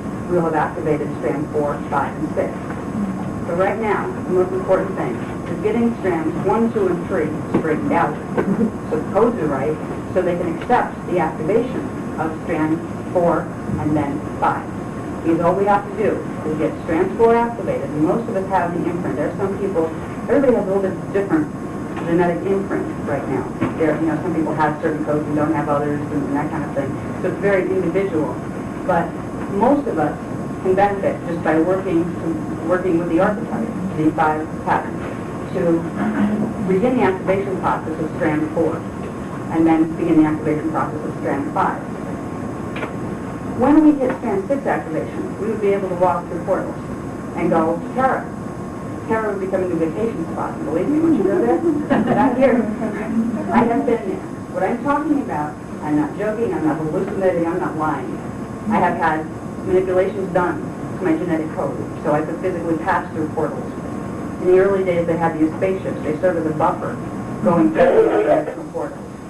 So you don't go into spontaneous combustion biologically because the codes aren't high enough to handle the frequencies that are in the interdimensional frequencies between them. When you go through a portal, it's awesome because you go through a series of perceptual experiences very, very quickly. It's like beaming up Scotty, but not exactly. You hear certain things, you get pressure, and you condense into light. And then you feel swiftness, and then you feel nothing. There's a point where you are gone. You're not even aware of yourself, which is kind of a weird point. You'd be scared, but you're not there, so you don't really worry about it. And then you come back through the same series of, first you're like the rushing sound, and then it's like a weird vibration thing, and then you feel your body coming back. It's an awesome experience. All right, and I swear to you, it's real. And it will be available to some of us. Some of us who are able to activate the full 5th strand will be able to pass through some of the portals. But even for those who don't, it's all right, as long as we can get the strand 4.5 activation. Now here is where I'm going to divert a little from what's in the package, and once you have it, it's good because there's more, that will be useful to you there. But I didn't have time to cover this in the lecture, and it's important. I've talked about there's big things happening in the next, 18 years. We need to cover that a little bit here. And why we need to worry about all these transitions now, like can I do this next life or something, it's better to do it this life. What I'm going to talk about now, I'm not going to need the Mylars for, because I'm going off the board for 6, right? Okay? I will go back on the board a little bit, maybe, and I don't think I'll need it. Okay. I'll just turn this on. Okay. Now, I want to talk to you about something called the Bridge Zone Project. When they first told me about this, what is that? It's enough like all this other stuff you're giving me. Now what? The Bridge Zone Project is a rescue mission that's being orchestrated by many guardian races that have been watching the evolution. There are certain things that are taking place because of what I explained before. We are entering a natural ascension cycle period. We are in that 6th time continuum, and for the first time in 200,000 years, the grid speed, the Earth's core grid, vibrates high enough to latch on to the stellar frequency bridge coming down. So yes, our portals are opening, whether or not we're ready. That would be enough of a challenge in and of itself, because there are electromagnetic changes that we're not prepared to do. I mean, if there are imbalances in the electromagnetic grids on the planet, in those areas, you could literally see tectonic cracking. This would not be good. And everything in the power of the higher ones from higher evolution, they're doing everything they can to get us through this natural transition as easily as possible. If that wasn't enough of a problem, we're dealing with the Illuminati. And we're dealing with something called the intruder forces. Now, the intruders and the Illuminati are a little different. The Illuminati is a large group that has had its presence manifest here through certain human gene lines. There are humans here that carry extraterrestrial codes that are family lines from ancient times that were seeded here by the Illuminati. There are also guardian groups like that too. But the intruders are the real problem right now. They work not directly with the Illuminati, but they are unknowingly controlled by them. Intruders are basically, in our time, the zeta reticuli, which are the little gray guys that everybody sees running around. But it's not just the little gray guys. There are various structures of that. Some of them look like moths, upright moths with wings, and about that tall, and they're not very nice. And there are others that are quite tall, but they also become quite small because they clone themselves because they're like 12 feet tall. They're too tall to really do much here without sticking out like a sore thumb, so they do little clone versions of themselves. They're called the Zephalians. They're the administrator caste in the original gene code of the Zetas that the Greys came out of. The little gray guys are really mutants out of the original Zeta strains. The Zetas have been interwoven in our history at various periods, and for a lot of different reasons, and some of them for positive reasons and some of them for not positive reasons. The main reason certain ones of them are coming back now is because they don't have a place to be, and they know that they can inhabit this planet. They would like to take it over. They already have, in a future time-space coordinate. It's somewhere in, I believe it's 4,230 AD. Our planet is under Zeta collective mind control, and the Zetas run things. And they've infiltrated the planet through hybridization. That is one probable future we are aiming for if it's not changed. Now, the people in the year 6520 AD, they took a different line of development. If we go in this line of the Zeta infiltration, we're not going to make it into the evolutionary pattern of Terra. Because of what is happening in 4230 AD with the Zetas, they're having a problem with another group of intruders called the Dracos. The Dracos, or some people call them lizards, because they look like lizards. The Dracos are a hybrid race. They're half human, and they're half Dracons, which look much more like dragon-type things. They're from the Orion system. There have been problems in our ancient history repeatedly with these groups. These are one of the groups that wanted to destroy our lineage. Right now, not so much the Dracons are here, but the Dracos are here. They're hybrids. Their hybrids always felt that this was their planet. We were created on Terra. This isn't even our planet. They were created here, and they won. They have an agenda, and they are trying to stop a successful ascension cycle from happening here. They are trying to stop a race from being able to accelerate the gene codes high enough to, how to explain this? If we accelerate our gene codes here, which is an opportunity we're being presented with the opening of the halls of the Mente and the opening of the portals that is taking place because of the ascension cycle, we are linked to all races, all human races, and the Tornisian race through the sphere of Mente, which I spoke about in the lecture, and some people may have missed this. The sphere of Mente is our race morphogenetic field. There's something called critical mass. If a certain number of people within one morphogenetic field begin to activate their DNA to a certain level, it'll trigger an activation in the rest of them. Now, in the year 4230 AD, the Zeta are controlling human populations on Earth by using something called a frequency fence technology. It's an electromagnetic pulse technology that beams in certain frequencies that affects the human morphogenetic field of DNA and keeps it locked into a perceptual station where it can't go through its normal evolutionary process. If we, back here in time, evolve our DNA and hit critical mass within the race morphogenetic field, it's going to trigger DNA activation in the future people, and it will release them from mind control. And the Zetas are going to completely lose control over the people there. This is their vested interest, but even the interior government people here don't know why they're really here. They're here to stop this from happening.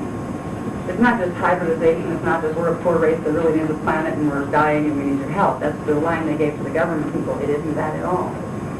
They are worried about losing their stake on planet Earth. Normally, these kind of little interstellar dramas would not be,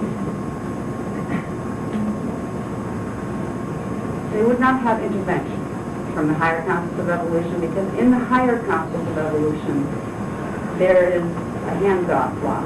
You allow things to evolve along their natural course, and sometimes, especially if they're connected to you genetically, you help them a bit. But beings have to learn to be self-sovereign and to govern their own evolution, and they are responsible for their own choices after a certain point. It takes a lot to get the higher councils to agree to let any of the guardian races intervene and mess with our evolution here. Permission was granted in the 1980s because it was seen what was going to result from the activities taking place now, the Illuminati and the intruder forces and the ascension cycle coming up and what that was going to create. If we did not make the ascension cycle and we stayed stuck in the time continuum we're in. See, the ascension cycle will temporarily take the Earth up into the next time continuum. Remember how we had the little cross shape with the 6 little time continuums in it? Well, that was our harmonic universe. There's another one like that in harmonic universe 2. During the ascension cycle, we're in number 6 time continuum here, top one.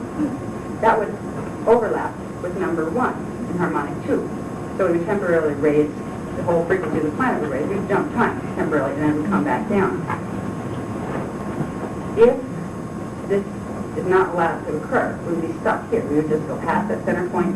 That bridge would not be made to time bleed, and the time acceleration would not occur. But it is going to, because it's still a bridge aligning, and because the Earth's core was, at the right position to do it. If we did not, we ended up in the third dimensional time continuum. In the year 2976, that was the year. In the year 2976 AD, they saw that in the third dimensional time continuum, that things were left alone. Because of the Draco's attempt to take over the Zeta, who had already taken over us covertly, the Earth was exploded. And it was not just the Earth. Our Earth is connected to the other star systems through spirals of energy. This is the stellar bridge. It would have taken out part of the Palladian star system and part of the Sirius star system. So it became a major issue. It's not just Earth, it's not just the human evolutionary thing that's at stake here. There's a lot at stake. So permission was granted by the highest councils in harmonic 4 and 5. We're dealing with beings that are completely out of physical manifestation. They made a decision to allow guardian extraterrestrial races to begin helping us here to shift this. Because we can't stay in this time continuum. We have to, they can't get the intruder forces to stop. They would create a battle, a stellar battle, right around us right now. And if that would happen, as we're going into a time acceleration, it would completely blow the planet. So for now, until the time acceleration is over, the Guardians can't use direct force. And they've tried to interact with the intruder groups and convince them, like, look, this is what's going to happen. The intruders don't want to hear it. They don't believe them, they don't care. So the Guardians had to find a way to help us here. And it's like helping a bunch of children, because we know none of this. We don't know our stellar heritage, we don't know the mechanics involved in the energy field. How do you help a group of people on a planet like this? Big question. A lot of them said just forget it. I mean, it's hopeless. But there were others, particularly the Syrian Council, which is a council of beings that are affiliated with root races from harmonic 2 and 3 on the planets associated with the Sirius star system. They're not in harmonic 1, so you won't find them if you go to Sirius now. They're on harmonic 2 and 3. And they have genetic investment here. They were one of the original contributors to the Turanicium 1 experiment that resulted in the 12-strand DNA package. So they're related to us. We're like part of their children. They decided it was worth it to intervene. They created something called the Bridge Zone Project. It's kind of complicated, but the way to make it easiest is to go back to the time continuum cycle. If normally we would either, if the planetary core didn't vibrate fast enough, we would have gone up to the center point in that 6th time continuum and then just continued on our way back down. That would have been one thing that could have happened. Next thing that could have happened, and it was going to happen because the particle pulsation of the planet core is high enough, would be we temporarily bleed through the 2 time continuums. The first time continuum of harmonic 2 and the last one of harmonic 1 that we're in would merge temporarily. And that would allow portions of the population to literally end up in the Terran time cycle, where they would literally transfer and you wouldn't even see it. It would be a perceptual thing that you didn't even see, but all of a sudden you are pulsating at a different rate. You are beginning to enter Terra. That's how it works. Now, that's the normal thing that we would be aiming for, but because of the infiltrations that are going on here, and the chances of grid imbalances, planetary grid imbalances, because of the technology that the intruders are using, another plan had to be made. The Bridge Zone Project is creating an artificial time continuum between the 6th time continuum of harmonic 1 and the first one of harmonic 2. It's like another little circle over here. It's not a natural part of the evolution that would take place, but it cuts out the part of the time cycle where 2976 happens, it takes us over this way, where we can fulfill that level of the time cycle. The time cycles are pulling in frequency accretion. You need to go through your time cycle before you can pull in enough frequency of the planet to get up to the next level. So the grid zone is, instead of going up to the center point, which we're approaching, and then up into the D4 time cycle, we're going to go up and over into the D3.5 time cycle. It will take us, a version of us, out of the planet a little better. All right, when we go up, when we hit the center point in the time cycle, in our time cycle here, two things happen. There's a version of the planet. One does not vibrate high enough. Particles that don't vibrate high enough go down, and they finish the D3 time cycle. The ones that do vibrate high enough go up into the D4 time cycle. Literally two versions of the planet are created. The separation of light and dark. This has been told to us as in biblical terms and those kind of things. It's a natural process, actually. We don't see it because we're on the planet. But this is what's taking place within the time fields and our placement. Because the Earth vibrated pretty low compared to what it could, most of the particle base would have stayed in D3, in the D3 time cycle. It's in that time cycle, the 2976, was the termination of the planet. So they had to stop most of the particle base of Earth and everybody on it from going in that direction. There wasn't a high enough vibration to make it stick into the full fourth-dimensional time cycle. So they created a third one, just a half step between the two, to get it out of the third-dimensional continuum and give it a natural point of progression where it can evolve back into the natural fourth continuum. The physics involved are quite complicated, but the basic idea is we're going through A, natural time acceleration, which is opening of vortices and portals, and B, we're going through a forced time continuum shift to preserve the planet. This is a big project, and they said it's never been done before anywhere in our local galaxy, but they have very high hopes that it will go well. For people on the planet to make this transition successfully, they need to get the accretion level of the DNA to a 4.5 strand activation level. As a being in a dimensionalized system, for you to be able to perceive as solid matter, physical Earth, an Earth that's stationed at the 3.5 dimensional level, you have to have a consciousness and a DNA rate of 4.5. So you will perceive as solid, physically solid, exactly one-dimensional band below where your consciousness and your DNA is stationed. So they need to get us to a 4.5 level so we can perceive 3.5 level of the Earth as solid, where we end up in the grid zone and not on what they're calling phantom Earth, the portion of the Earth's particle base that won't make that transition and that will continue in 3 cycles. Without understanding the real complex parts of morphogenetic science, it sounds a little far out, but there are transitions that take place. In the time cycle, there are versions of planets. There are probabilities where you have one planet, but at certain times, two spring off of that. And this is part of the natural cycle. I won't even try to explain that. They're still trying to explain that to me. And it's not that important. What we need to know is we're preparing ourselves for a time continuum shift and time acceleration. We have a lot of visitors right now, and people are being contacted by visitors of all sorts. Some of them good, some of them not good. It's an overwhelming picture, to be honest with you. When they first presented this to me, one of my first options, can I fall apart now? You know? And I just lose it, and just took me away to funny farms and places. I can't deal with this. It was so technical and so incredible. I didn't know how to react to it, so you go into denial. I don't want to. After a while, and it was talking me down a lot on it, I said, okay, I will try to understand. But I'm an individual on this planet. You want me to carry this message to people. But as an individual, I'm asking, all right, so here's this huge picture you've dumped in my lap. What do we do with it? You know, I just turn it off. That was my response to it. And I could see how most people would respond that way. It's so overwhelming. It's so big. There's so much to learn.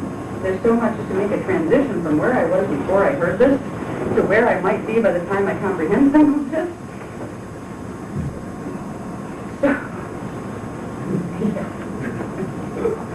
So I asked them, please, just think of me as an individual. How will you make this, for me, something I can deal with and prepare myself for, if I'm supposed to prepare? And they told me that it's important to understand the framework of what's going on around you. The most important thing is bringing your consciousness right home here, and dealing with only first what you need to do with you. There's several issues. One is protection from the manipulation tactics that are going to be used by the intruder forces and the Illuminati. Two is becoming aware of the morphogenetic field and how you can increase your DNA activation level so you can prepare your body. Because the people that, and it's funny, if 8% of the population prepare their body for these transitions by activating DNA to a higher level, it'll shift by critical mass to raise your morphogenetic field. So the rest who didn't want to be bothered with this information will get a free ride, but at least we'll make it through. The people who don't care and don't want to hear it might be surprised to find their health rapidly deteriorating. Why? You know, I mean, what's wrong with my immune system? Why are my bones becoming fragile? It's a condition called molecular compassion that results from the morphogenetic field being stuck, when it's controlling the body down here, being stuck at a certain pulsation rate. When the higher frequencies start to come in, normally they would move into the morphogenetic field and expand it so it could handle them. Now, if you think, too, that we're dealing with the crystalline morphogenetic field. It's a crystal body structure. As long as there's no blockages to those higher frequencies coming in, it will expand the morphogenetic field as a natural course would be. But because of the distortions in the morph field and in the DNA, those frequencies will hit and it will become like pressure on a piece of fragile glass. And eventually that pressure will shatter pieces of the morphogenetic field. The morphogenetic field holds the blueprint for cellular code. It will begin to create deterioration on the molecular level. And it will be slow in many. It will just be like all of a sudden, like in the next 10 years, wow, why are we getting these increases in these diseases? What is this? You know, must be the environment, must be pollution. Now, try molecular compaction. One of the first signs is it affects the bones or the teeth. You'll find weaknesses in bone and teeth. They break a little easier, or you find all of a sudden, like, teeth are having problems if they crack. You know, they break, things like that.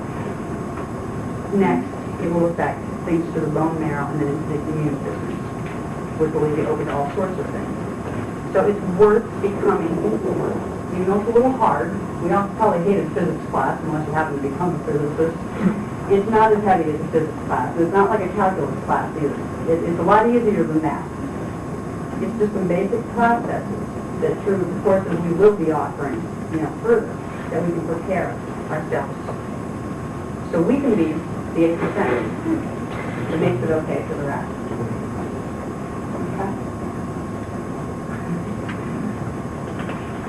Okay. I think... That's about 1 billion people. Yeah. Here. But even if the 8% doesn't make it, you can. And that's the important thing. Forget about the rest. You don't want to listen, you don't want to know, fine, don't. You want to call people that are talking to you, nuts? Go ahead. You want to end up on Sam's Merch? Bye. If that's what it comes down to. We're being faced, as a whole people, with an incredible challenge. What are we going to believe here? I was faced with that when it was presented to me. And I came to the conclusion, I believe either way, but what if they're right? Would I rather do something about this, just in case they're right? And that was my motivation. I said, I think I better pay attention here, and I will try to learn to work with these things. What is nice about working with these things is we don't have to go put ourselves under microscopes and dissect ourselves with, scientific instrumentation. We have within our consciousness everything we need to begin the process of preparing our bodies for time acceleration and for DNA activation. Most people are not taught in this society to realize that every time you think a thought, you're creating an electromagnetic pattern. You're creating a pattern of scalar waves and sound frequencies that the body in the morphogenetic field translates as programs. So when you do things and create with your mind and your imagination, you are creating patterns that will run through the morphogenetic field and directly affect it. When you think about the beliefs that are prevalent out there right now, what we're taught to believe by our societies, our religions, what we think, there are words here, but in the morphogenetic field, they are programs, literally programs, that direct how certain things are going to work in the morphogenetic field. If you're taught you can't control your DNA, you're sending a thought pattern into your morphogenetic field that stops you from affecting your DNA. This is how powerful your thoughts are. The power of thought is important because it's thought, that is substance you're going to be using in Keylontic morphogenetic science. You're going to be using visualizations, which are creations of light patterns using an interdimensional scale of light that appears to you as inside your head because it's a higher dimensional rather than outside of you.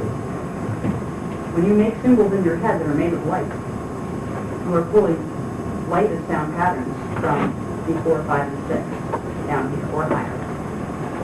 When you direct those images created with multidimensional light through your body, through your chakra system in a certain way, and into the morphogenetic field, if you know what symbols to use, what sound tones to tone with them, and where to put them, you can directly affect the program. So the exercises themselves are fun. But most people say, well, this is silly stuff. You know, like, I can play big symbols and move them around in my body, and I kind of think, what am I doing, you know?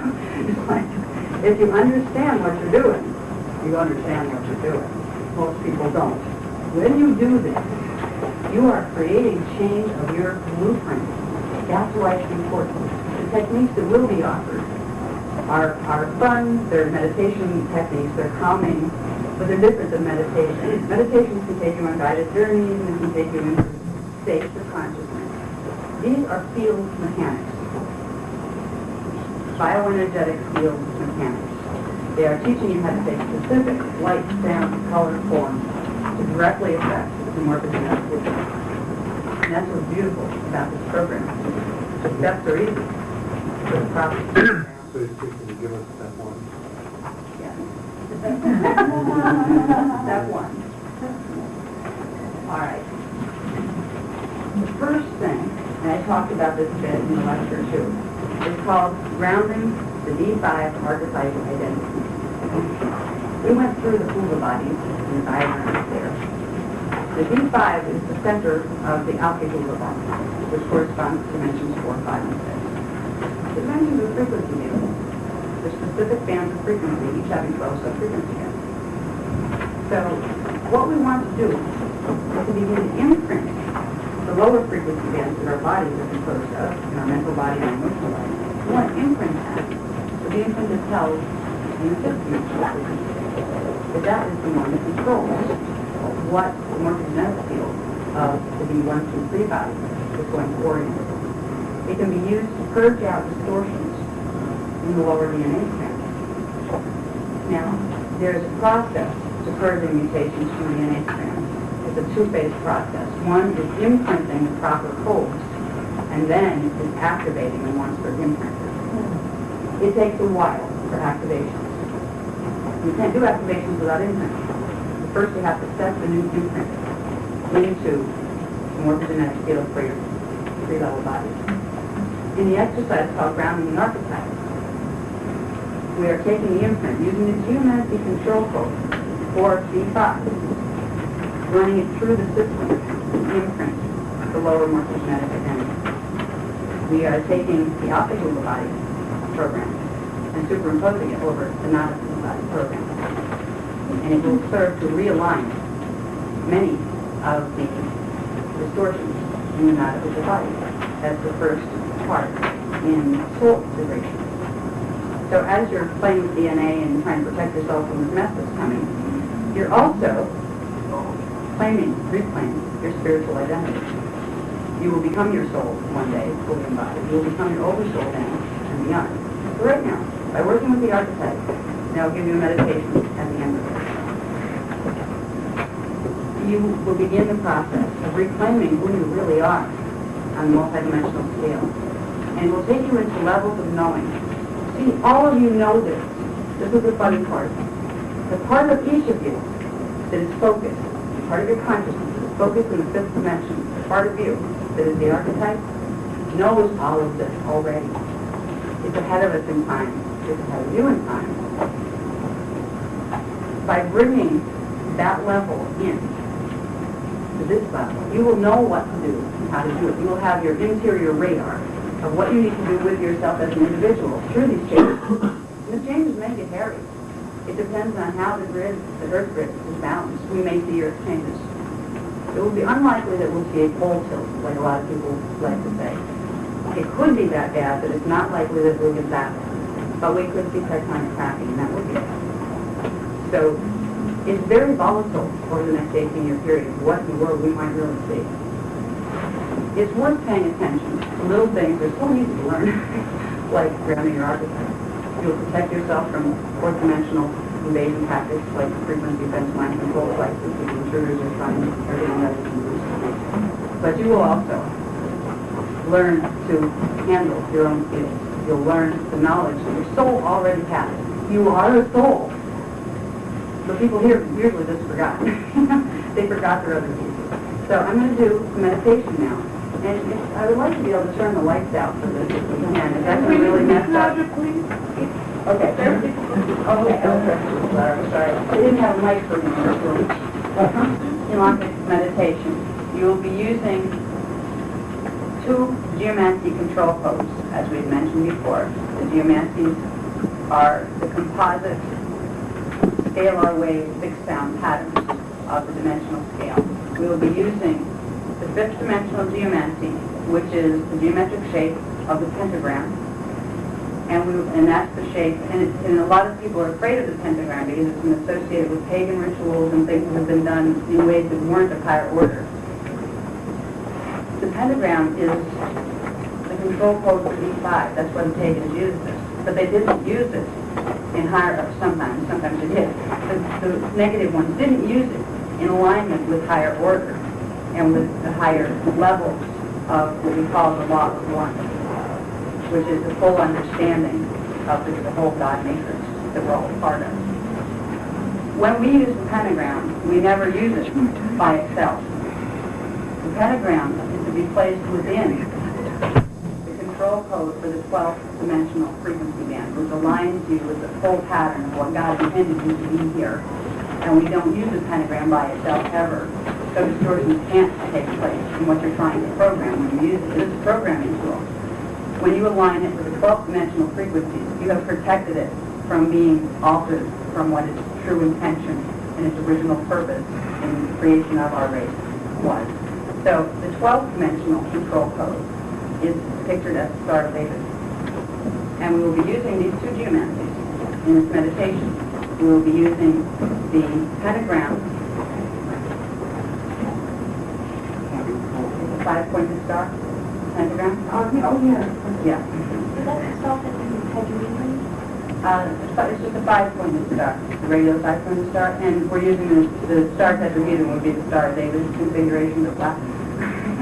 Okay, so we're using those 2 symbols, and we'll just go through a process of visualization and breathing and running those symbols in certain ways through our bodies.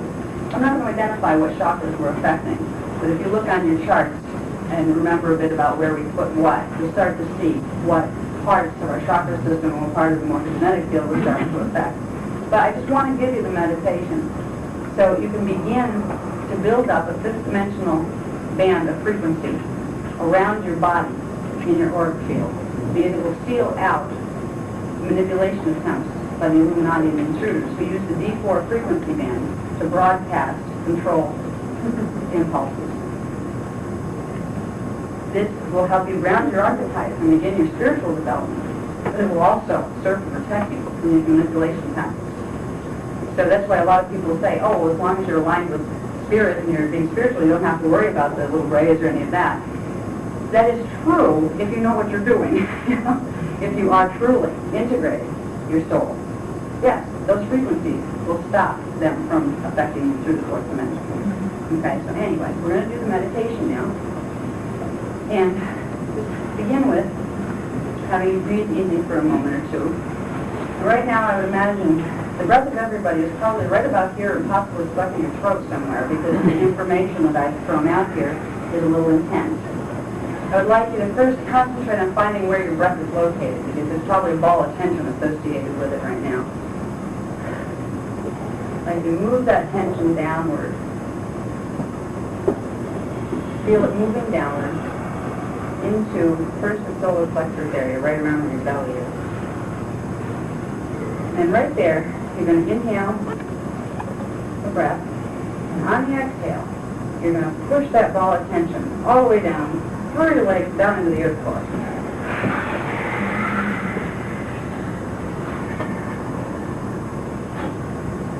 And if you still feel it there, do it again.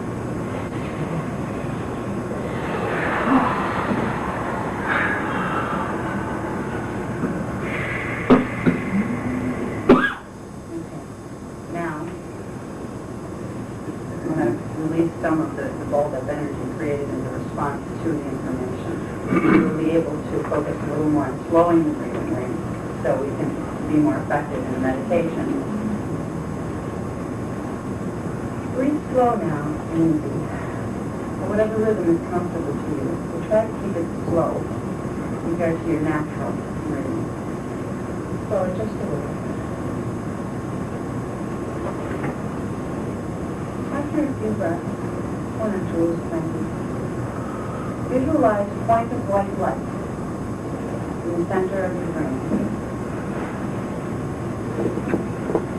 Center of your brain, your pineal gland. The white light is the focus of your concentrated attention.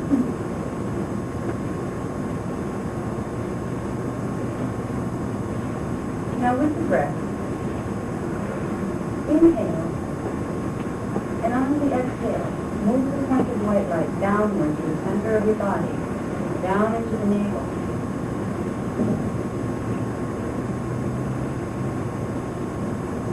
When the point of white light has reached the navel, breathe a few times and bring energy into that point of light. Inhale and breathe energy into the point of white light as you collect your concentration into that point of the navel. Now from that point within the navel, visualize the image of a 5-pointed star, pentagram. Create it as if it were drawn in electric blue light. Blue is the frequency code for the fifth dimension, as is the pentagram control. Breathe a few times on each exhale.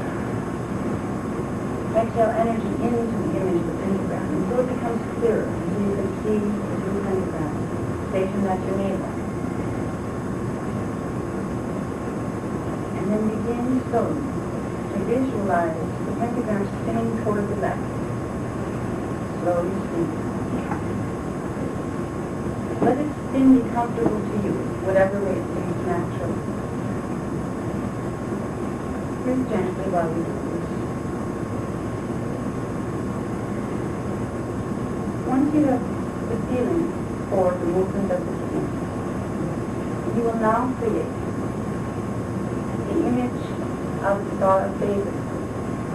And you will put this image in bright white light around the pentagram with its spinning. And you will begin to spin the white star there to the right. That's the blue pentagram spinning to the left. Try to feel the momentum of the spin of the two needles while we watch them in your imagination. And try to feel a flutter at the navel as the energies begin to move there and the fifth-dimensional infant becomes stimulated in your imagination.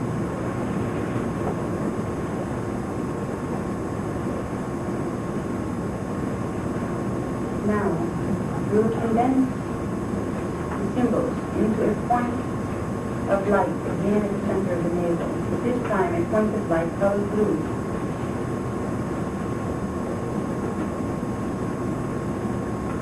With the breath, on the inhale this time, you will move the blue point of light upward through the center of your body, through the center of your brain, the cranial, and out the top of your head, to about 3 feet up above your head. You need to use more than one breath to move it through it. Stop halfway up, bring another breath in. Make the breath pull it up. And when you get it to about 3 feet above your head, then exhale and breathe out. And see the blue spark of light pulsate there.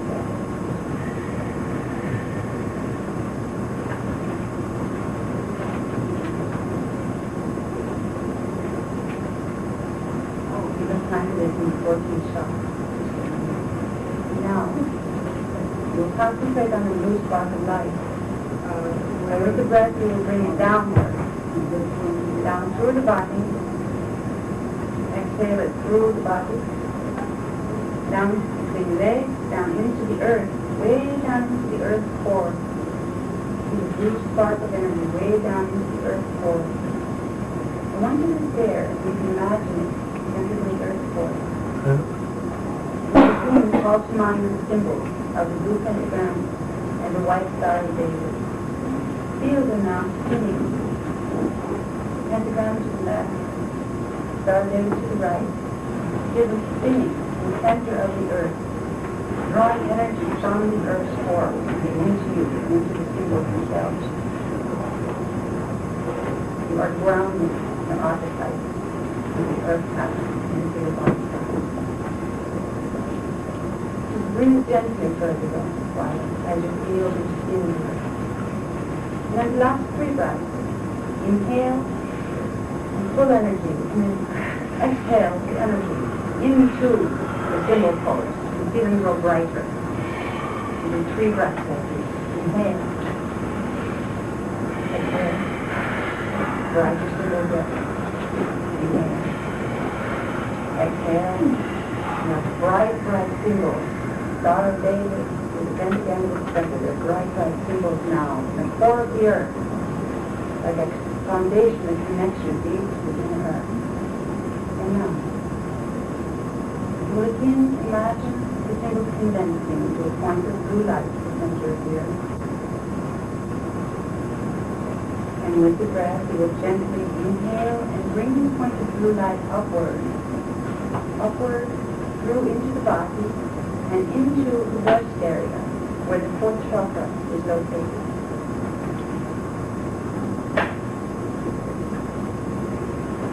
See this point of blue light centered within the heart chakra area. It's right in the breastbone, and if for those who do not know, the chakra is around the breastbone in the center. And you picture the blue spark moving back into the center of the body, not just outside.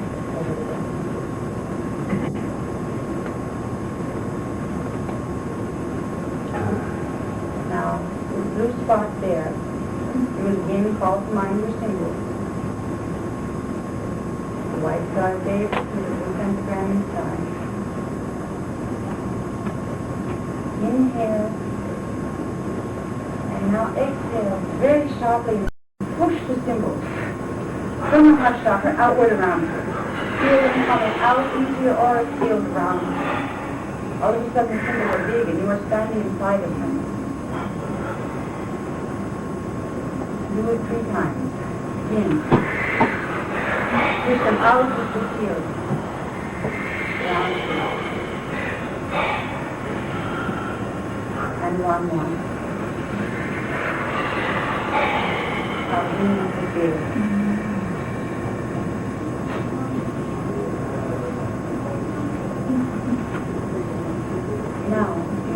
Observe in your imagination what your field, your bioenergetic field might look like. You will see around you an egg of energy, as if you are standing at the center of an egg. The energy surrounding this egg is vibrant, brilliant electric blue with white intermediate, and it sparkles and it glows. This is a frequency field, a fifth dimensional and 12th dimensional frequency field on your non-removal body. You are now linked to the code of the archetype identity. You have begun the imprinting of the archetype identity and its corresponding fifth DNA strand into the morphogenetic field of your lower body.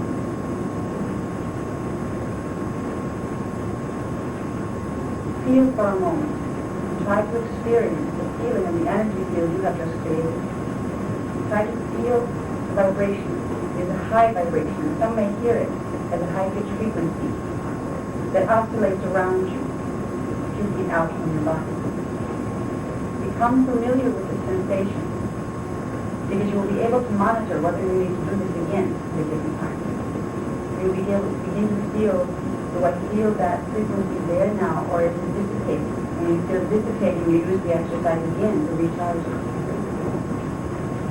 These exercises are very powerful and very simple, and they will help you tremendously in protection, but also in accelerating your journey of spiritual evolution and biological development. I'm getting stopped now, so we are done.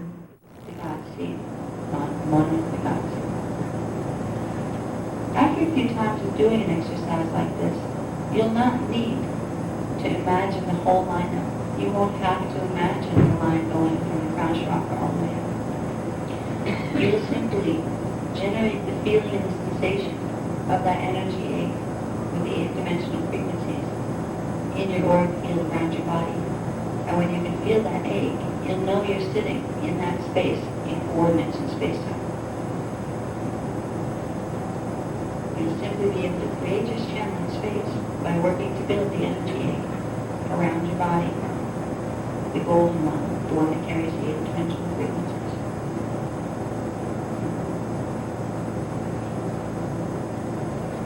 Now, while we're still there in our energy egg, connecting into the monad and into the God seed, you're going to put your attention now for a moment on a little spark of light inside that egg. And you're going to move it one step further. You're going to leave the egg there, but you're going to move the spark of your attention outward to the top of the egg. It's going to go into the God seed, and then it's going to move beyond and stop. It's going to go into source. You are planting a piece of yourself as your final destination that you are intending to reach. That piece of yourself, your consciousness, will leave a flame, a vibration in the morphogenetic field of the cosmos on that level. It will begin to send information back down toward you, back into that egg. So your egg now becomes not simply something you sit within, but something that gets filled on the outside. Thickens, the egg is thicker and thicker as more frequency is given to you, and that frequency has information for you to count on. As you move your consciousness into the God seed and then into source, those of you who want to use the Merkaba star, use the image there.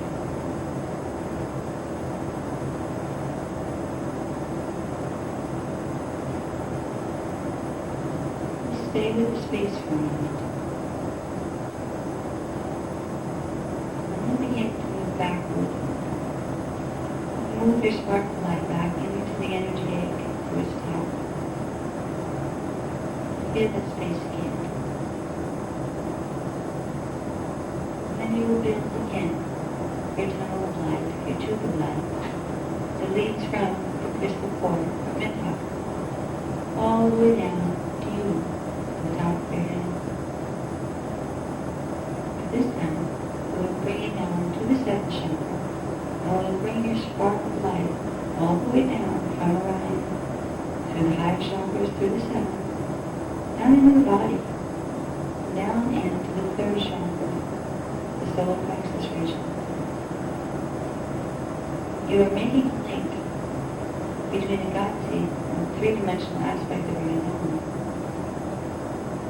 Through this, you will be able to accelerate the process of opening the neural passageways that will allow you to channel intentionally is an interesting experience, for the more you do it, the better at it you get. Because every time you go on a journey, or any time you ask for a question and you get one of them from the higher fields to respond, you get a burst of energy from their consciousness. It helps accelerate yours. It's a very special process if you can spend the time to learn to create the golden egg. We may call it the cosmic egg. And it's your connection to the cosmos. Each one of you have it, and as a collective, you have it. Find your own first, your own cosmic egg, and take that with you wherever you go. But whenever you go to a channeling, or desire to channel, or if you sit quietly in meditation and say, I would like to learn to channel now, can my higher selves please open, and someone talk to me and tell me how to do this. Before you put out any request, build your golden bubble around you, your golden egg of light, your cosmic egg, where you will be much more protected when you channel from the space of the cosmic egg, and you will bring in much higher information than you would otherwise. Will you find the lottery numbers for tomorrow when you go into your cosmic egg? Probably not, unless you're having a contract on the soul level to win the lottery. But what you will be able to access is the information that is most important for you to stay within your growth probability of life. You will be guided in your evolution and what serves your evolution, so that you can re-evolve and expand back into the oneness of knowing yourself as all it is. And yes, you can give some practical answers too. Sometimes when you begin working with the higher dimensionals that you'll either be talking with, once you learn to hear them, they'll either be from your own matrix or from the neighboring one. They will be higher identity beings than a person who is using a laser board or a person who is just living there saying, talk. You'll be cutting out a lot of the lower frequency bands and going directly to the top. So you will get consciousness that may not be as playful or as interested in mundane worldly things as some of the D4 or D5 consciousness. But you can still, from your energy egg, move your consciousness back down to whatever dimensional coordinate you would like to communicate with. From your energy egg, even if you visualize it just sitting around you in the room, you can hold in mind the image of a blue star of David. That will tap you into two things. It will tap you into the 12th dimensional frequency bands, where your avatar consciousness is stationed. And it will also tap you in at the same time to the frequencies of blue, which will connect you to the 5th dimension. So it will serve a conduit, a bridge, where you can start to link the levels of your identity to form a communication conduit that can talk to you and guide you. This will be the guidance you will need if ever there are problems here on this planet that get frightening. Hopefully there will not be. But if there are, at least you will know you have access to what you need to do next. This is a gift you can give yourself, and it's well worth the practice. But you do need to practice. You need to make that cosmic egg around you very, very real. And sometimes, at least in the beginning, it's good to take a journey to Mintaka as a spark of light. Build a tunnel there, build a conduit to Mintaka. See its crystal core. See your energy egg inside of that and your spark of awareness inside of that. And see that egg expand right into the galaxy and beyond. Once in a while, it's good to energize the whole planet. But for now, try this when you're going home. It's not going to shift your consciousness too far away. You're going to be a hazard to yourself behind the wheel of the car. But while you're sitting there in your car, or sitting in the subway, or sitting wherever you're sitting, or walking, try to call up the feeling and the image of your cosmic egg around you. Try to get used to doing this all the time. No matter what you're doing, you can develop a dual focus where part of you can be in that egg at all times. This will rapidly accelerate all of your processes that you're working on.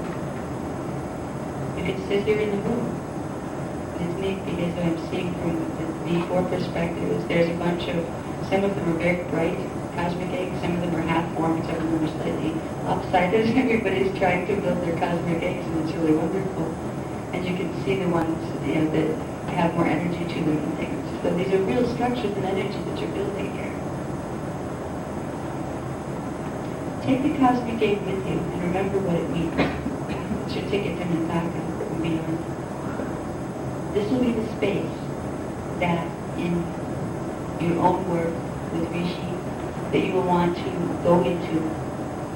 And this is the space that before you go to anybody who's doing energy work for any reason, before you go to a healer or a chiropractor or even a medical doctor for healing health, or a psychologist or anybody, simply put yourself in your cosmic egg. And that way, if there's a problem with the matrix that they're dealing with, you don't know it, they don't know it, it will serve as a good degree of protection. It will at least put around you an 8th dimensional frequency band, which will block out all the lower distortions. If you had chosen to have the seal channel, you will notice, maybe not immediately, but you will notice in your exercises with the cosmic egg, you will find that Star of David that you put on top of your consciousness and took into the God's healing into source. You will see it as a disc that rotates on top of the cosmic egg. It transmits frequency and it creates a barrier that only things that pass the inspection with a Melchizedek placed or vibration will be allowed to enter your field.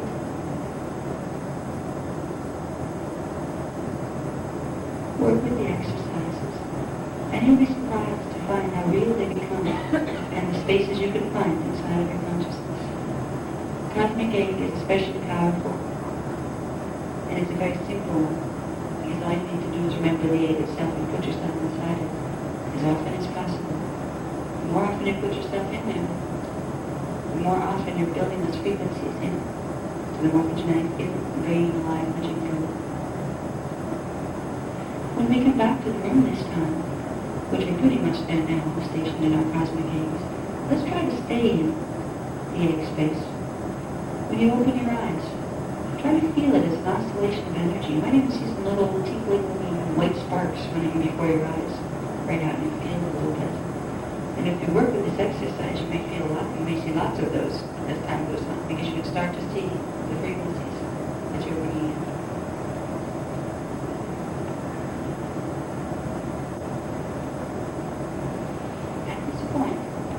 There are frequencies transmitted in this room that will help to strengthen that cosmic egg for you.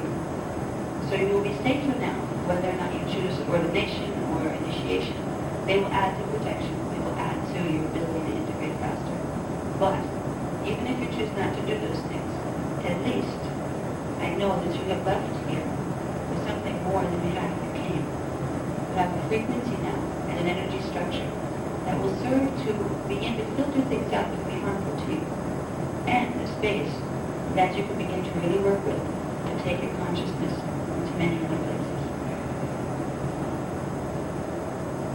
So we can come back to the room now and pretend we're a whole room full of little glowing eggs. And it's kind of funny because from the D4 perspective, that's what it looks like. It's really neat when you get to see it in those spots. I think if there's somebody over there that can do the lights, but everybody to sleep on that way. We in the back will wait for a while. We're sorry.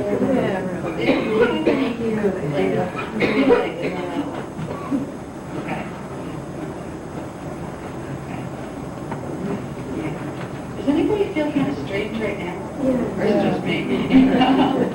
No, it's much Do you? better. Yeah, I have this really good but kind of goofy, spacey feeling. Like, wow, where my consciousness is not exactly where it was before. It wasn't in a bad space before, but it definitely was somewhere else. That was interesting. They haven't done that one with me either. I like it kind of working with the Guardian Alliance because they let me be the student too. Where it's like, oh, new technique, put it together. This is very special. I felt energy changes happening in my field. And they didn't tell me, I think, so I wouldn't analyze it first. So I'd experience it and be able to observe it. I think this is one of the most powerful techniques that I have felt them give. So if you work with us, I think you can have a lot of fun with us. And if you choose the initiations or the ordinations, that will amplify it. It will give you more energy to work with. It will give you Orish's energy to work with, to help you with these processes. But even if you don't, you still have the processes to begin to work with. So your husband gave you the way. I feel good today. I felt that there were frequencies that were run here. It took me off my usual format a little bit. I'm usually your typical Virgo that does very linear type ordered presentations. We did some circular reasoning here. We did some putting a different movement to the energy that we were giving these concepts on. I think that was done for a reason from the higher levels. So if you want the logical order, you can read it in the books from the chart packs. It's there, and it's quite, you get to the point where you say, all right, enough logic already. Let me go watch TV or something. Where I don't have to think. I felt this time that there was a real movement and field shift that was done in the group more than I've ever felt. So I know that you were given something. So I know that even though I was kind of aggravated at myself that I didn't have my format down exactly how I like it, I have the feeling I probably gave you more this way than I could have if I'd had it done the way I usually do my presentations. There's something special that's going to go home with you. And I'm glad that you have it. And I hope that you use it, because it will take you spaces. And I think the energy egg, that cosmic egg image, the golden egg, that'll be your key. Just call that image to mind and put yourself in it. That's your access point to the chakra. To leave in time matrix. That's a very special access point. And when you begin to channel, and if you keep putting yourself in that space and everything, so probably, that's quite right. But eventually, you'll hear the same thing. And somebody will say, yeah, I'll talk to you. Or you'll get a, ooh, somebody's there feeling. That'll be a direct cognition. If you get a, I don't feel alone in the space anymore feeling. So you may come that way. It will, if you work with us, begin your process of opening the interdimensional communication. Some of you have already developed some of that. This will strengthen those processes. And it won't make your guides go away, whoever you've been working with, if you are open to channel already. As long as they're good and they're not something that's been messing with you, this will only enhance your ability to communicate with them. But if you happen to have been being messed with by something, this will begin dissolving whatever hold on your field they have. Also, a little other thing I just want to put in there. Since we're on golden bubbles, there's an expo that's coming up in town in October, I believe it is. We were going to be at it, but we had to cancel because I was invited not to be there.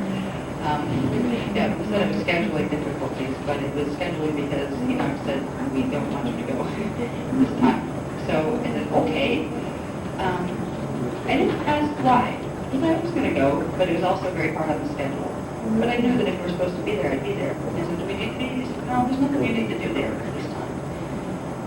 When you go to these places, the expos, any of these, bring your bubble with you, your energy egg, take it with you. Keep it in your back pocket if you have to, but don't forget that. Because I have seen things go down at these spaces that were horrifying. And the only reason I saw them is because I have my fourth dimensional vision activated. I would not have seen them with my physical eyes at all.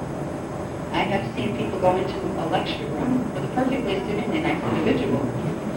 Have that individual call in frequencies, toning, that brought in some really nasty looking things called Dracon. Okay. There's some of the reptilians that like to run around inside human forms and all sorts of other stuff around here. They're part of the takeover team. They're not good guys. The people in that room had no idea. The only ones that didn't know would be the ones that had the information. But what they were trying to do, they were sending lines of energy out to the chakra systems of people in there. They were putting a link on them. So people that weren't being messed with before that point, because they went to that workshop or that seminar, because they went in that room during that particular event, they went home with one. They got a Dracon without even knowing it. Not just the Dracon that are doing it. You have Draco's Dracon, they're both the web states. You have some of the negative Anunnaki forces You have some of the negative Nephilim forces that are doing these tactics, and you have lots and lots and lots of little grays. You know, those little plastic little gray things, those diverticuli? Oh, they just love to do that. You also have things that look like big moths, standing upright, kind of dirty-looking, tannish-colored moth things. They're not good guys either, and they're another one that use this tactic.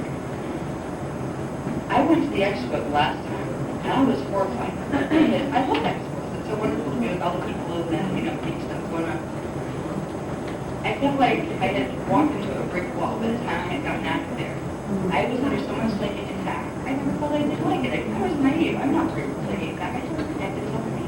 And I'm worried about it. I'm not a paranoid person. And I'm not be. Personally, I prefer not know. I don't really want to know about what they're doing as long as it's not going to really affect me. There was so much manipulation on fourth dimensional frequencies going on there. And I could see it, and they could see me seeing it. So they kept trying to stop me. They kept trying to, shut me down, shut my perceptions down, get me upset, set me up with confrontational situations. It's very real. A lot of scientists people have a hard time because they don't believe in psychics, all that mind stuff. Well, all that mind stuff is real. It's fourth dimensional frequency.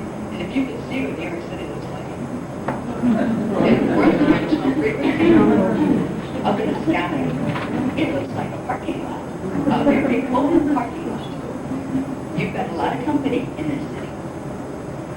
Some of it is good, but this is one of the vortices they have been having problems with. Okay?